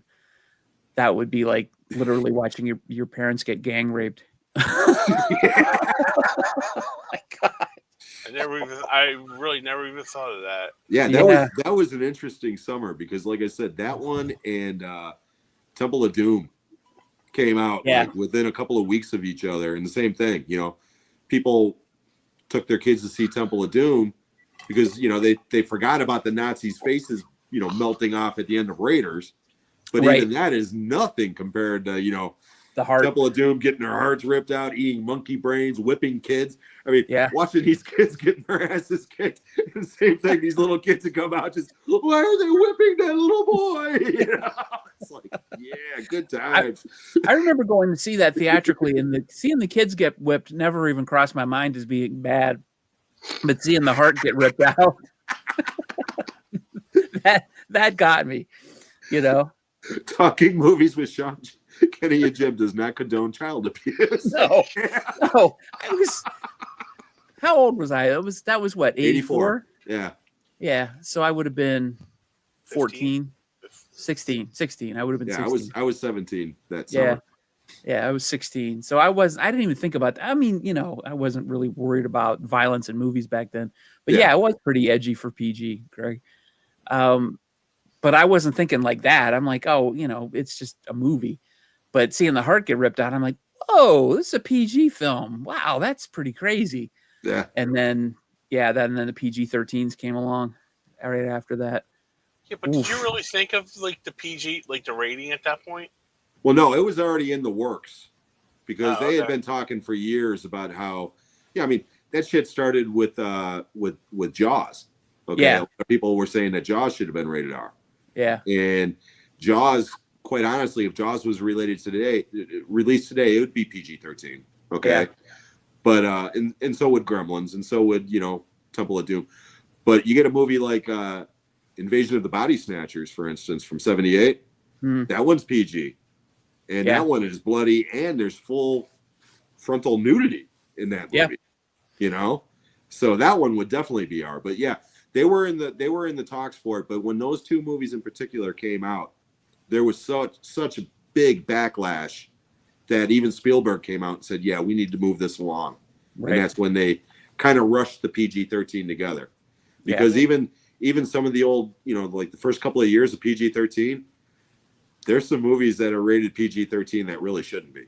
They should either be R or PG, you know, I mean, one way or the other.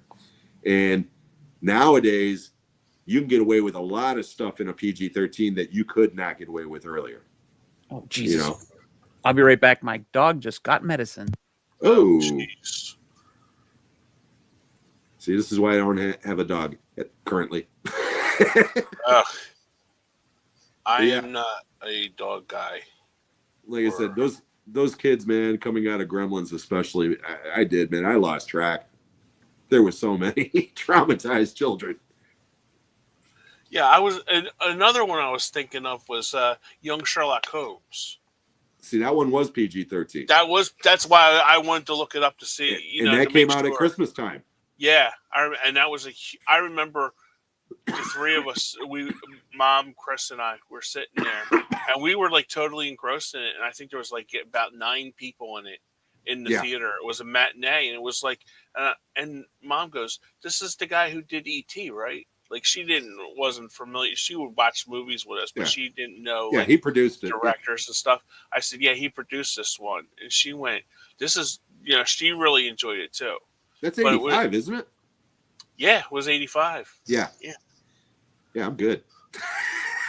Yeah, 85. 85 was a hell of a year for movies. It's the year I graduated from high school. I graduated 87. 87 was the year for movies, pal. Yeah. There were some great friggin' movies. You know, when I did that 50 years of film, and going into it, I was like, you know, 82 is definitely my favorite year, you know, of the 80s, by and large. But 87 ended up being like a close second because there's just so many bangers that year. Yeah, that's one thing we had to go through. 85 was a hell of a year too, but 87 was. 87 was an incredible year for movies. I mean, it really was. I mean, that's Predator, that's Lethal Weapon, that's The Untouchables, that's Midnight Run, Spaceballs, Witches of Eastwick, and those are just the summer movies. Dragnet. Yeah. I remember one time we went and it was like, remember Friday and Saturday midnight movies, and it was during Christmas break, and my buddy went to go see Witchboard. He was like, because he was infatuated with Tawny Katane. Tawny Katane, yep. and he was like, "Oh, we got to see this movie." Well, it was sold out, or we couldn't get a seat in there. And I said to him, "Well, let's go see this other movie. You know, I heard it was pretty good." He goes, "I don't want to go see it." It was a little movie called Lethal Weapon. Because he was like, "Oh, this." We came out of there, and then the following, like that Saturday, it was a Friday and Saturday because we went to the movies every weekend. And then Saturday we went to see Witchboard, and he goes, "Should have went to see fucking Lethal Weapon again. That movie was, you know." And I'm like, "Well, hey, you went to see it last night," and he goes, "Yeah, I know, you know." But it was like, yeah, the little he always called it the little movie Lethal Weapon. Because he goes, "Hey, isn't it that guy from The Bounty in it?" And I was like, "Yeah." And he goes, "Oh, what was the other movie he was in? Tex? Remember he did like an Australian movie? Tex is the one with Matt Dillon." Yeah. Tex and Matt Dillon. Yeah, I know the movie you're talking about. Yeah, which was him just like smiling, like him on and the Piper cover. Laurie. Tim. Was it Tim? Tim. Yeah, Tim. Okay. And he goes, "Yeah, I don't want to see that." And he goes, "Tawny Katane," you know. Switched you guys to my Oh, TV. thanks, Texas. Yeah, look at us. We're on the big screen now. Woo! That might be a scary thing. Well, hey, we're like an hour and a half in. We should probably start talking about some Christmas movies pretty soon. Yeah, we probably should get to the favorite Christmas movies because we're going to be doing our movie recommendations and sign off. So, Greg, he was throwing some good ones out. Hope he's still here. Yeah, sorry, Greg. You still here, Greg? Yeah, what are some of your go-to Christmas movies? Of course, you got to go with. I still love It's a Wonderful Life. I watch that every year while I'm wrapping He's still gifts. Oh, good. Thank you, Greg, for hanging in. It's a Wonderful Life, Kenny. Is that what you said? Yeah, It's a Wonderful Life. Yeah. I watch it every year. I'm wrapping gifts. I'm watching it. I got it on. I love that movie. Well, this one's definitely one of my favorites, and it involves another movie theater story, kind of, but I'll keep it short. Bad Santa. Oh, yeah. I was working at the theater when this movie came out, and we posted signs everywhere saying, Bad Santa is not a family film. It is rated R for extreme language and sexual situations and drug use. No one under 17 will be allowed without a permit. Please, parental discretion. Block letters everywhere. Nobody And reads dumb them. people still brought their kids in.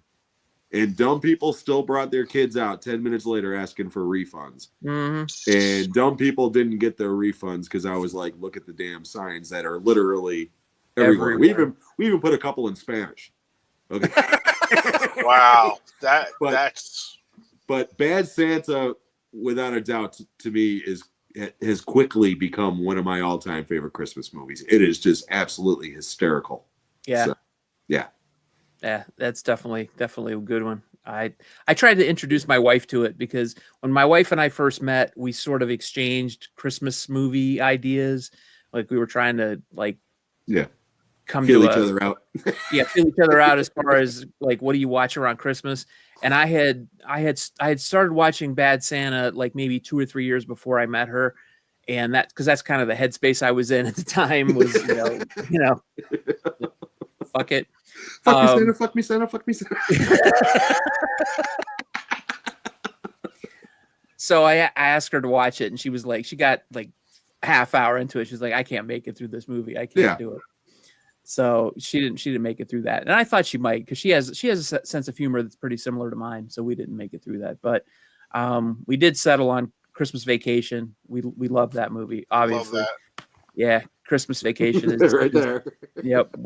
Every year we watch that. We have a set of about 5 movies that we watch every year without fail. And Christmas Vacation is always on it. By far. That's one of our can't miss movies. So definitely Christmas Vacation. So Greg, you nailed it. And John Ritter was great in Bad Santa. Yeah. The scenes with him and Bernie Mac are just gold. Yep. I mean, it's just, so he likes to fuck fat woman in the ass. It's not a crime. Yep. Okay, Kenny. And another one of my personal favorites is Elf. I love Elf.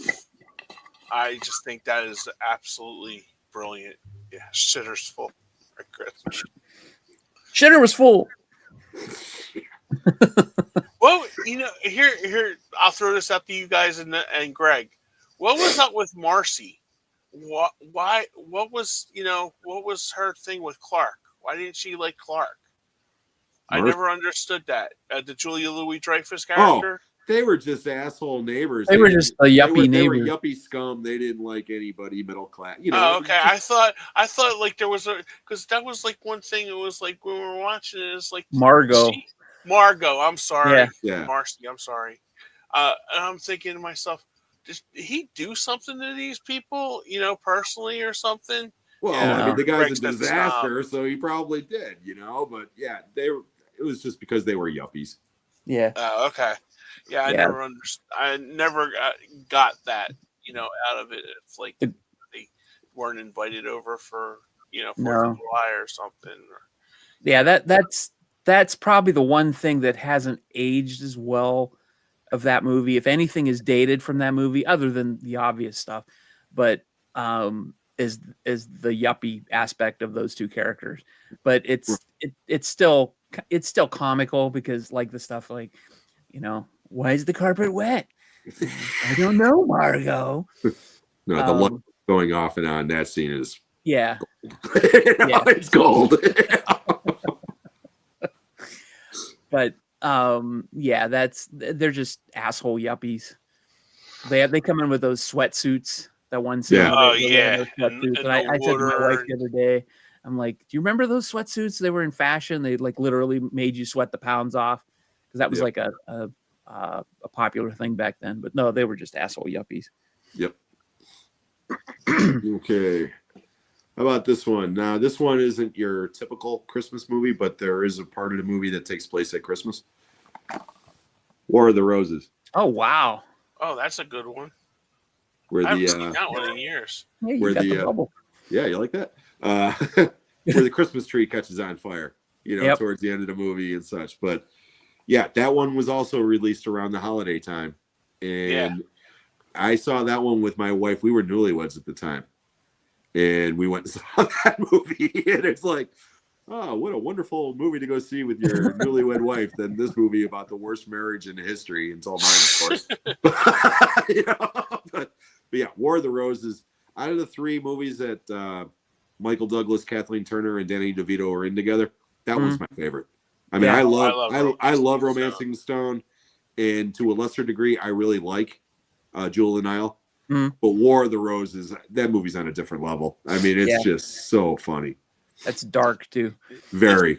It's funny you said about Romancing the Stone because that was one that I had picked out that I was going to watch. Great movie. Romancing the Stone. Great movie. It was sitting right beside me, and I was like, "That's pretty funny that you brought that up." Jon Wilder. Trapped in I Paradise. haven't seen that one in years. That's with Dana Carvey, John Lovitz, and Nick Cage. And Cage, yeah. Yeah, I haven't seen that one in years. I haven't seen. I actually kind of forgot about that movie. Yeah, I've forgotten about that one too. It's on Tubi. That was good. I had three. I had three picks. That was Greg. That was one of them. That's awesome. That's a really good one. I remember I had that on VHS too years ago. Yeah, that was a cable movie for me, I think. Yeah, it was a cable movie for me. It would have been an HBO or a Cinemax, one of those. One of mine is Love Actually, which is definitely a chick flick rom-com type thing, but I have a connection with that. Christmas Eve, we got that movie in at my theater, and we got it from another theater, and they don't do this anymore because all films are digital. But back then we got the films on reels, and we got this film pre-built, which meant that it was still on a platter. Yep. So we clamped it and put it in my trunk, and I drove it from the theater over to my theater and took it with the clamps. I threw it over my shoulder, took it up into the projection room, threw it on the platter, was able to get it over the brain, and everything was good. It was ready to go for the first showing. I didn't have to build anything, ready to go. Threaded it up, I was ready to go. Or I was going to thread it up, and I was ready to go. So I get there the next day and find out that my house manager had a brain wrap, and basically what he did was he tried to rebuild he thought it looked too soft on the platter, which meant that it looked too lumpy or whatever. So he tried to fix it, and it fell off the platter onto the floor. No. Oh.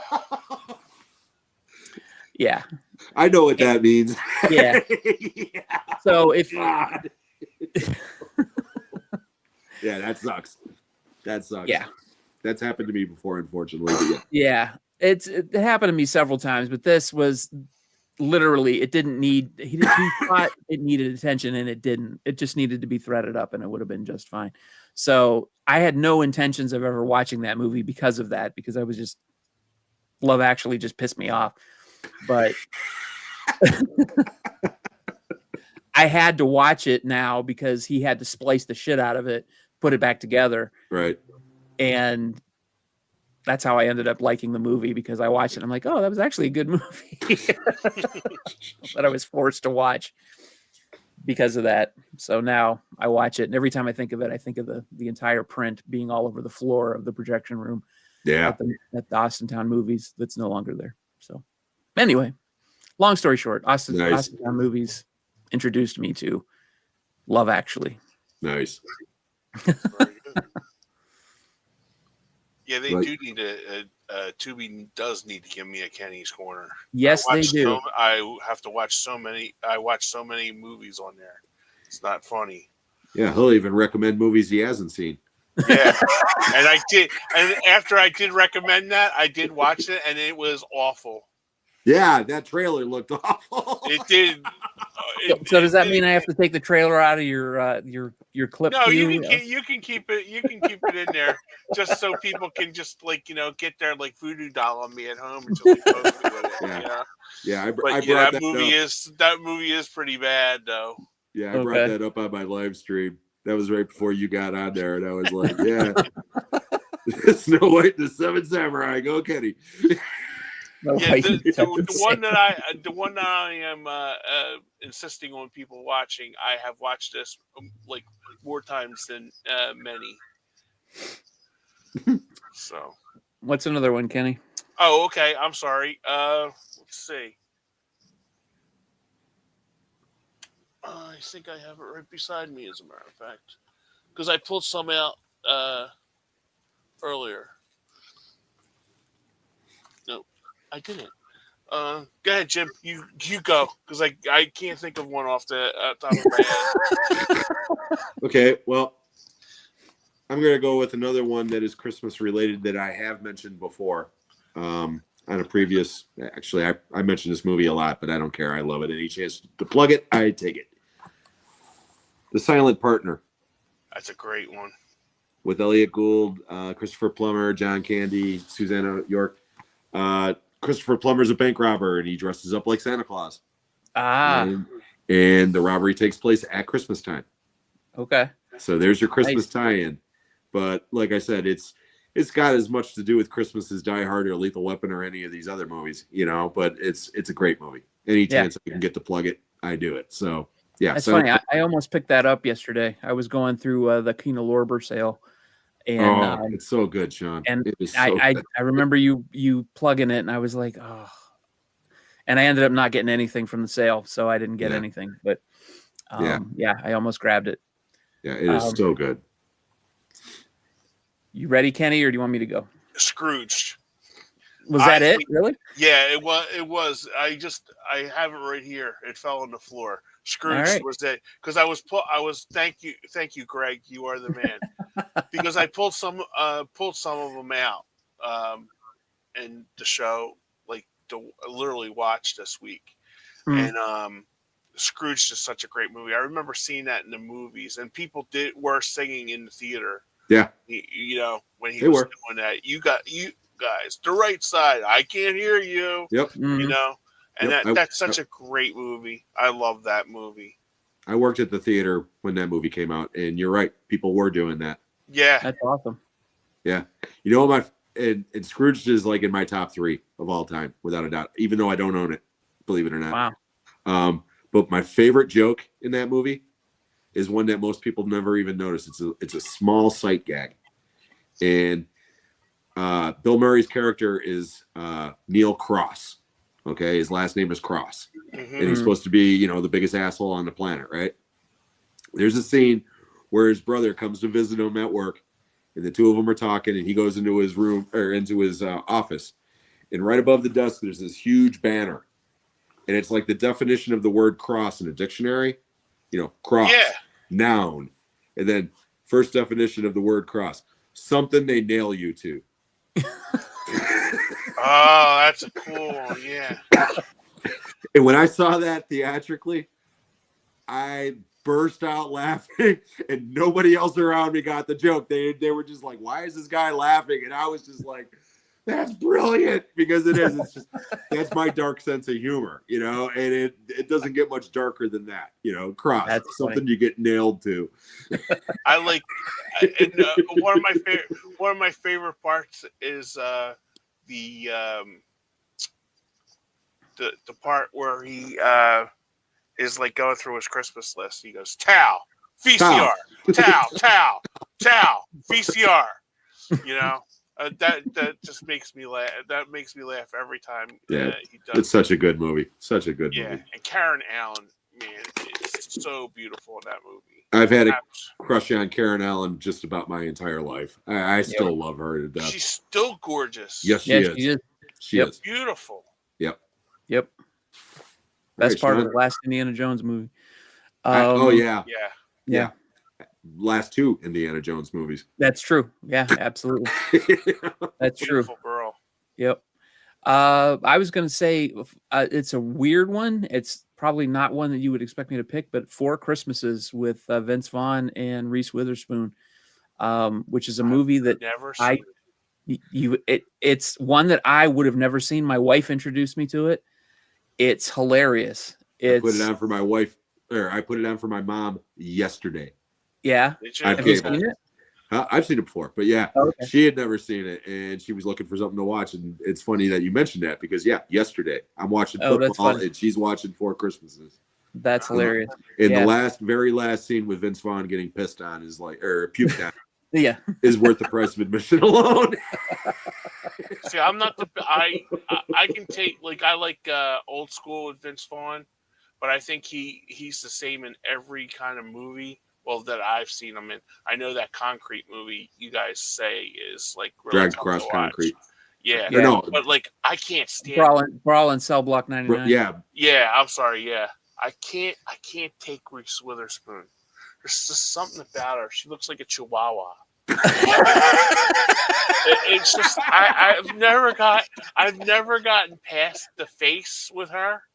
And What a face. listen, I'm not Tom Selleck here, by any means, but I can't. There's just something about her, and and another thing I can't get past was with the DUI that she got. And she goes, "Don't you know who I am?" It's like, Oh, yeah. you're speeding, She was drunk. No, So it's yeah. I can't get past that, and there's just she's one there. We'll have to do that another time. But there's people that you don't watch because of the of the stars. Oh, yeah. Separating the she's art from the artist. She is. I can't watch any movies with her. I might have to break the rule. I will watch it.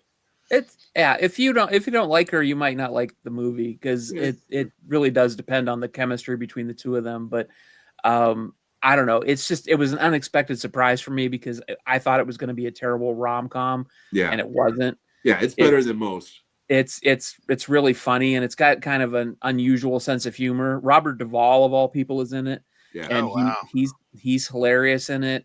Who the hell else is in it? Oh shit! Favreau's in that one too, isn't he? Who is? Isn't John Favreau in that one too? Yes, John Favreau plays Vince Vaughn's brother. Oh shit, my mind's going blank, which it always does when we're on the air. Shit, I can't remember. It's got a great cast. It's just funny. I don't know. I just wasn't expecting it to be funny. I'll watch it and I'll let you guys know. You'll like it, Kenny. All right. Yeah, You'll like it. You like those types of movies. Don't You'll set like high expectations for it. Yeah. I mean, it's not the Excuse me. second coming or anything, but it's funny. But we watch it every year because it's funny. It's funny and it's gross. It's funny. Well, my last one, I have this down, and if you guys know me, so you'll know Why You Were Sleeping with Sandra Bullock. Oh, Is that a Christmas movie? Yes, it takes place. I've only at seen it the Christmas one time. time. I saw I've when never first seen came it. out. Yeah. Shut your face! You've never seen that? Damn. Oh, that movie is. I'll That's never fired. forget. We got a screener. We got a screener copy, and we got the cutout at the video store. And for Christmas, my manager gave me the cutout. okay. I had a cutout until I moved, and I gave it to one of my friends. But I still had the cutout because it came out with Mad Love. Remember that one? With Drew Barrymore. Yeah. Oh yeah. And Chris O'Donnell. Chris O'Donnell. Yeah. Yeah, it came in the two displays were Mad Love and While You Were Sleeping. But While You Were Sleeping is a great movie. You got to watch that with Lori. That movie is so good. Sean. I don't know if she's seen it. I'll have to ask her. That's 1995 Sandra Bullock. Well, Yeah. it's kind of Sandra Bullock, but 1995 Sandra Bullock. I watch it every year. Me and my brother can recite that like back to each other. The movie's so great. I'll have to ask her if she's seen it. I don't know. Greg keeps plugging the Santa Claus. Santa Claus is another one that I watch all the time too. I've never seen that one either. Shut up. Then the 90s was terrible for me for movies. If it didn't play at my theater, I didn't see it. And then after I quit working at the theater in 92, I didn't see anything at the theater because I was dating a girl who we really had like snobby taste in movies for a while. She didn't want to go see anything like it was super mainstream. So we didn't see anything. Yeah, I was really going to say, that's all. Yeah. That was the independent era. Yeah. So we'd yeah. see Pulp Fiction and Clerks, but we wouldn't see the Santa Claus and While You Were Sleeping. Right. So Come on, honey, grab the kids around. We're going to go watch Gosford Park instead of While You Were Sleeping. I didn't see that either. I did. It was actually it's an Altman movie. It was actually a good movie. It is. I was going to say. It's actually a good movie. I'm I think they shitting came on out in, like, Robert the early- Altman movie. That came out in the early 2000s, didn't it? I don't remember. Yeah, I know I've I seen think it. it I actually know I've played at seen my theater, Okay, and I so still didn't see it. So we're going to do one more before our Yeah, recommendations? one more. I'm Yeah. All sorry. right, I just got to pick which one I want to do here. We'll go with the little-known movie. I was going to throw out Black Christmas from Bob Clark, but Nice. everybody's seen that, Yeah. But this one, not too many people have ever heard of, and this is a really good movie. It's based on a true story. It's called A Midnight Clear. Mm. I've heard of that. It's Yeah. directed. Oh. It's directed by Keith Gordon, written and directed by Keith Gordon, who was in Back to School as Rodney Dangerfield's son. Yeah. And Dressed to Kill and Christine. Okay. Yeah. Yeah. But anyways, listen to this cast. Okay. And this is early. This came out 1992. Okay. Listen to this cast. Okay. Peter Berg, Kevin Dillon, Ari Gross, Ethan Hawke, Gary Sinise, Frank Whaley, and John C. McGinley. Okay. That's a great Wow. cast. And they're all young and hungry. And yeah, this is a World War II movie. It's based on a true event where 6 American soldiers out on patrol come across German soldiers on Christmas Eve. And instead of engaging the enemy, I'm giving myself a thumbs down here. Never mind that.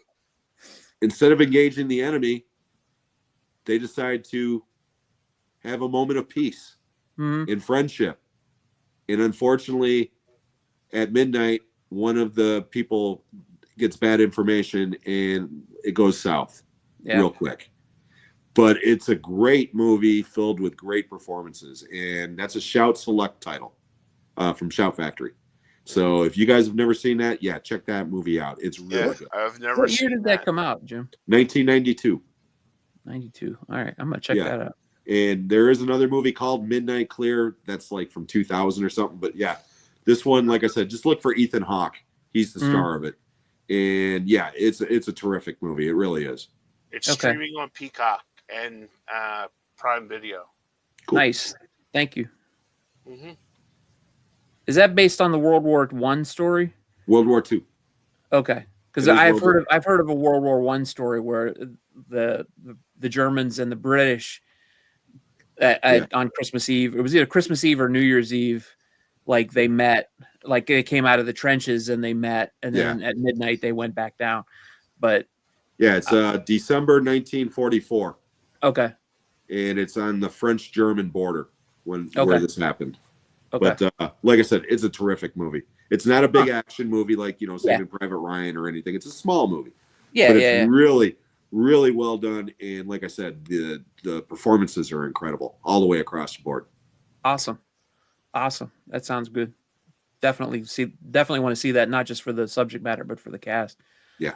I'll make my last recommendation real quick. You okay? Yeah. Yeah, that sounds good. Greg brought up Ernest Saves Christmas. That's a really fun one to watch. It's Christmas. That's really cute. I was working at the theater when those Ernest movies were coming out. Ernest Goes to Camp and Ernest Goes to Jail and Ernest Scared Stupid. Yeah. Yeah. They were really fun. All right. You okay? Yeah. Just pound your chest. All right. I had one of those coughs that just won't go away. The pit of despair. The pit of despair is nowhere. Oh, I got him going again. Yeah. And I'm the smoker. The three of us, I'm the smoker. It's funny. My aunt Lori, she used to work at the bowling alley where my dad worked, and my aunt Lori talked like this. Hello, hun. And she had the ash that was about like 5 inches off there. And she like, come and give your Aunt Lori a kiss. That's what I was going to say. Give me a kiss, honey. Anyway. Oh, okay. Well, I was just stalling for time. No, I know. I appreciate it. Thank you. While I was choking to death. No, I was just going to second Elf, not Alf. Elf is one we watch every year. And that's all I can manage to squeak out of my lungs right now. But yeah, Elf is something we watch every year. We haven't watched it this year yet. We got to squeeze it in the next 8. How many days till Christmas? 8. Holy crap. 8. All right, movie recommendation time. Kenny, you are up. This is a good one. I'm telling you, everybody will watch this movie if they haven't seen it already. It's on Tubi. And it's Inspector General with Danny Kaye. Absolutely love this movie. It's from 1949. He goes in and basically pretends he's the Inspector General of. I could go, but I don't want to get a copyright strike and strike this video down for Sean. But we watched it. We watched it all year, but it just seemed like we always watched a Danny Kaye movie during Christmas time. If it wasn't Walter Mitty, but it was Inspector General. And Inspector General is my personal favorite Danny Kaye movie. So that is my Tubi recommendation. And if you get done watching Inspector General, I have another one for you. It's called Christmas Twister, starring Casper Van Dien. Yes, the Casper Van Dien. So if you get if you want a nice double feature, put on Christmas Twister. That is actually a stupid movie, but a very good movie at the same time. So to hold up with and it's not from the good people of the Asylum either. It's from Bergie Pictures. And it's a Casper Van Dien movie, so you know where you're going into it with it. So that's it. Merry Christmas, everybody. I love you all. Thank you. Jim, you're up. Johnny Rico. Yeah.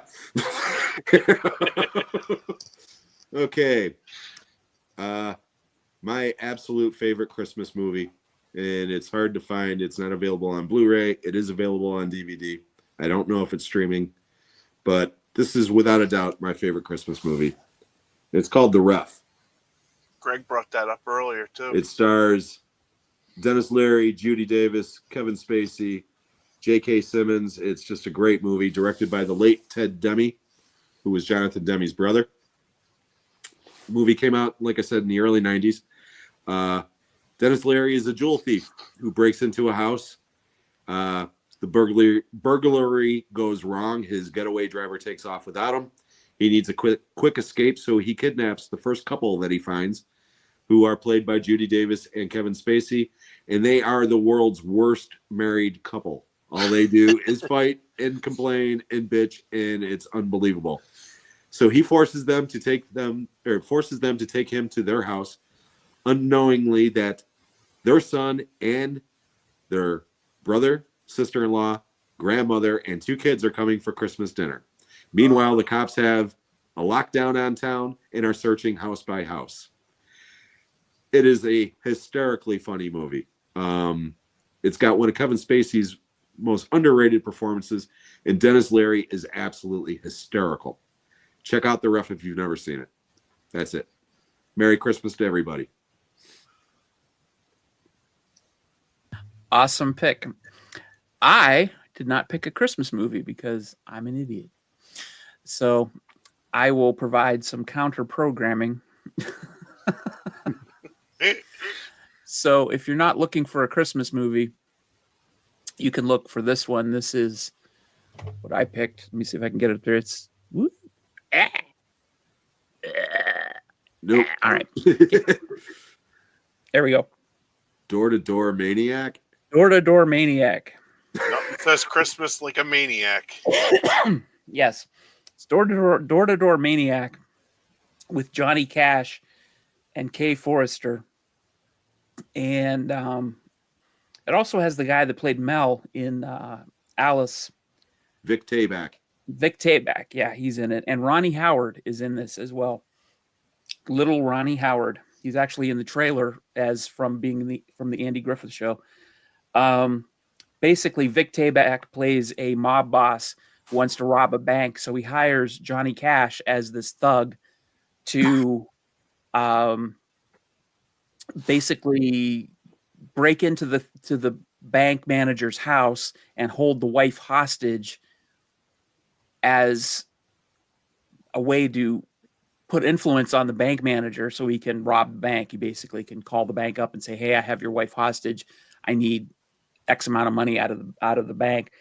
Well, what he doesn't realize is that there's some marital struggles between the wife and the bank manager. And Johnny Cash, you guys have seen the T-shirt or the picture of Johnny Cash flipping the bird to the camera. Yeah. If that picture was a film, this would be that movie. Because Johnny Cash is completely out of his mind in this movie. I don't know what is going on, but his performance in this movie, if you know him only from his 1970s, like Born Again, like Jesus specials and stuff, this would be an eye opener for you. He is literally a maniac in this movie. His performance is fantastic. He is out of his mind. It was also known as 5 Minutes to Live. He sings a song called 5 Minutes to Live in this. It's only an hour long. It's like 75 minutes long, but it is hysterical.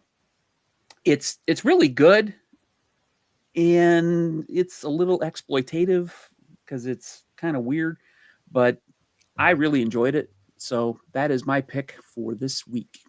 Nice. And also available on Tubi. Nice. Oh, it is? Awesome. Yes. Nice. Yeah, I definitely want to check that out. Awesome. Because Johnny Cash, he was probably on drugs or he was out of his losing mind it on back drugs. then. So that time period. He was on pills or something because his eyes are like through the whole movie. But you guys ever watched? Oh, I'm sorry, Sean. Go ahead. I was going to say it's really good. It's surprisingly good. in all the worst ways. Let's put it that way. Speaking of Johnny Cash, totally off topic. You guys ever see Walk Hard, the Dewey Cox story? Oh, yeah. I have not yet. Oh No. my God, that movie is so damn funny. I seen it years ago. It's a I've spoof seen of Walk the Line, basically. Yeah, you know, the which Johnny I've Cash. seen. But there's a running gag throughout the movie that is just absolutely hysterical. I'm going to get the montage and I'm going to send it to the Instagram page because it's all about drugs. The first time, it's about pot. The second time, it's about coke. The third time, it's about pills. The fourth time, it's about LSD. The fifth time, it's about Viagra, of all things. And it's just, oh my God, it's one of the funniest things ever. That montage is worth the price of admission alone for that movie. That's awesome. Wow. Hey, Hello, Raymond. Raymond. Hey, nice icon. Yeah, I just noticed that. And I agree. I totally agree. Totally agree. I always wanted to be a gynecologist too. Real quickly, another newer Christmas movie that doesn't get mentioned enough that probably should, and it's quite funny. The Night Before I've heard of that. with Seth Rogen and Jesus Christ, Joseph Gordon-Levitt and Anthony Mackie. Very funny movie. Very funny movie. That's one of the guys. Reese Witherspoon's my Seth Rogen's another one that I will not watch a movie with him in it. Oh, really? I personally don't like him. Huh, Oh. Okay. Well, Okay. like I said, No, hey, if you say it's pretty good, I'll because It's I do like Tommy from Third Joseph Rock. Gordon-Levitt's great. You know, I- Yeah. I it's really more or can't less believe about he's him. not a bigger star. yeah, 'Cause he Joseph was, Gordon-Levitt is actually the main star of that movie. oh, Okay. he is. It's Okay. about him and then his two buddies, and the three of them get together the night before Christmas, or it's either Christmas or Halloween. I don't remember, or New Year's. I mean, but they've gotten together ever since they were kids, and they do it every year. And like I said, Joseph Gordon-Levitt's the main character, and it's mainly his movie. But Seth Rogen, there's a couple of scenes in that movie with Seth Rogen. He's Jewish, and he's married to a Catholic girl. And part of their deal is that he has to go to Catholic Mass at some point. Yeah, it is Christmas Eve. And he's drunk as hell. He's wearing this big ass Star of David Christmas sweater in this Catholic church. And as the priest is doing the Mass, he starts puking because he's too sick. And she's like, "Don't you throw up in here." And he's just like, he has to go down the aisle. And people are, you know, like he's possessed or something with this Star of David. It's pretty damn funny. I'll have to look into to see I'll that. check that one out too. It is. That's It's pretty funny. I will check that one out. That sounds good. Hey, Raymond. Well, you came in right at the end of the show, so you can watch the replay. We'll be signing off here in just a minute. So, But we'll be back in 2 weeks on New Year's. but we'll be back in 2 weeks, and we'll just New want to Year's let you guys Eve. know New Year's Eve is going to be our big New Year's Eve show where we're going to invite all of our past guests to come back on. I will put a cast a net to get them back if we can get them back, and I'll throw some other invites out for other guests to see if we can get some other people to drop by. So we'll probably do something similar to this on New Year's, maybe not. Who knows? We'll see what happens. So It won't be a formatted show. It'll be just loose, especially if we have people coming in and out. yeah, coming and going. So, but look out for that on December 31st at 7:00 Eastern time. So thanks for dropping in tonight, everybody. It was kind of a rip-roaring show all over the place, but that's the way we wanted it to be, just sort of loosey-goosey. So thank you, Jim. Thank you, Kenny. Thank you, And, guys. You. Thank you. And thank Everybody everybody have a in the Merry chat. Everybody have a Merry Christmas. Enjoy Yeah, your have a Merry holiday. Christmas. I didn't We'll even see you- move and I got a thumbs down. What the hell? Oh, you're a mean one, Mr. Grinch. Yeah. Merry Christmas, Happy Hanukkah, Happy Kwanzaa, Happy Yeah, Devil's whatever. Night, whatever. Whatever you're celebrating. Thanks, Greg. Take care of yourself, and we'll see you guys on the 31st. Nothing. See you guys. Merry See you Christmas, guys. everybody. Everybody have a great night. Thank you so You much. too. Bye. Bye. Bye-bye.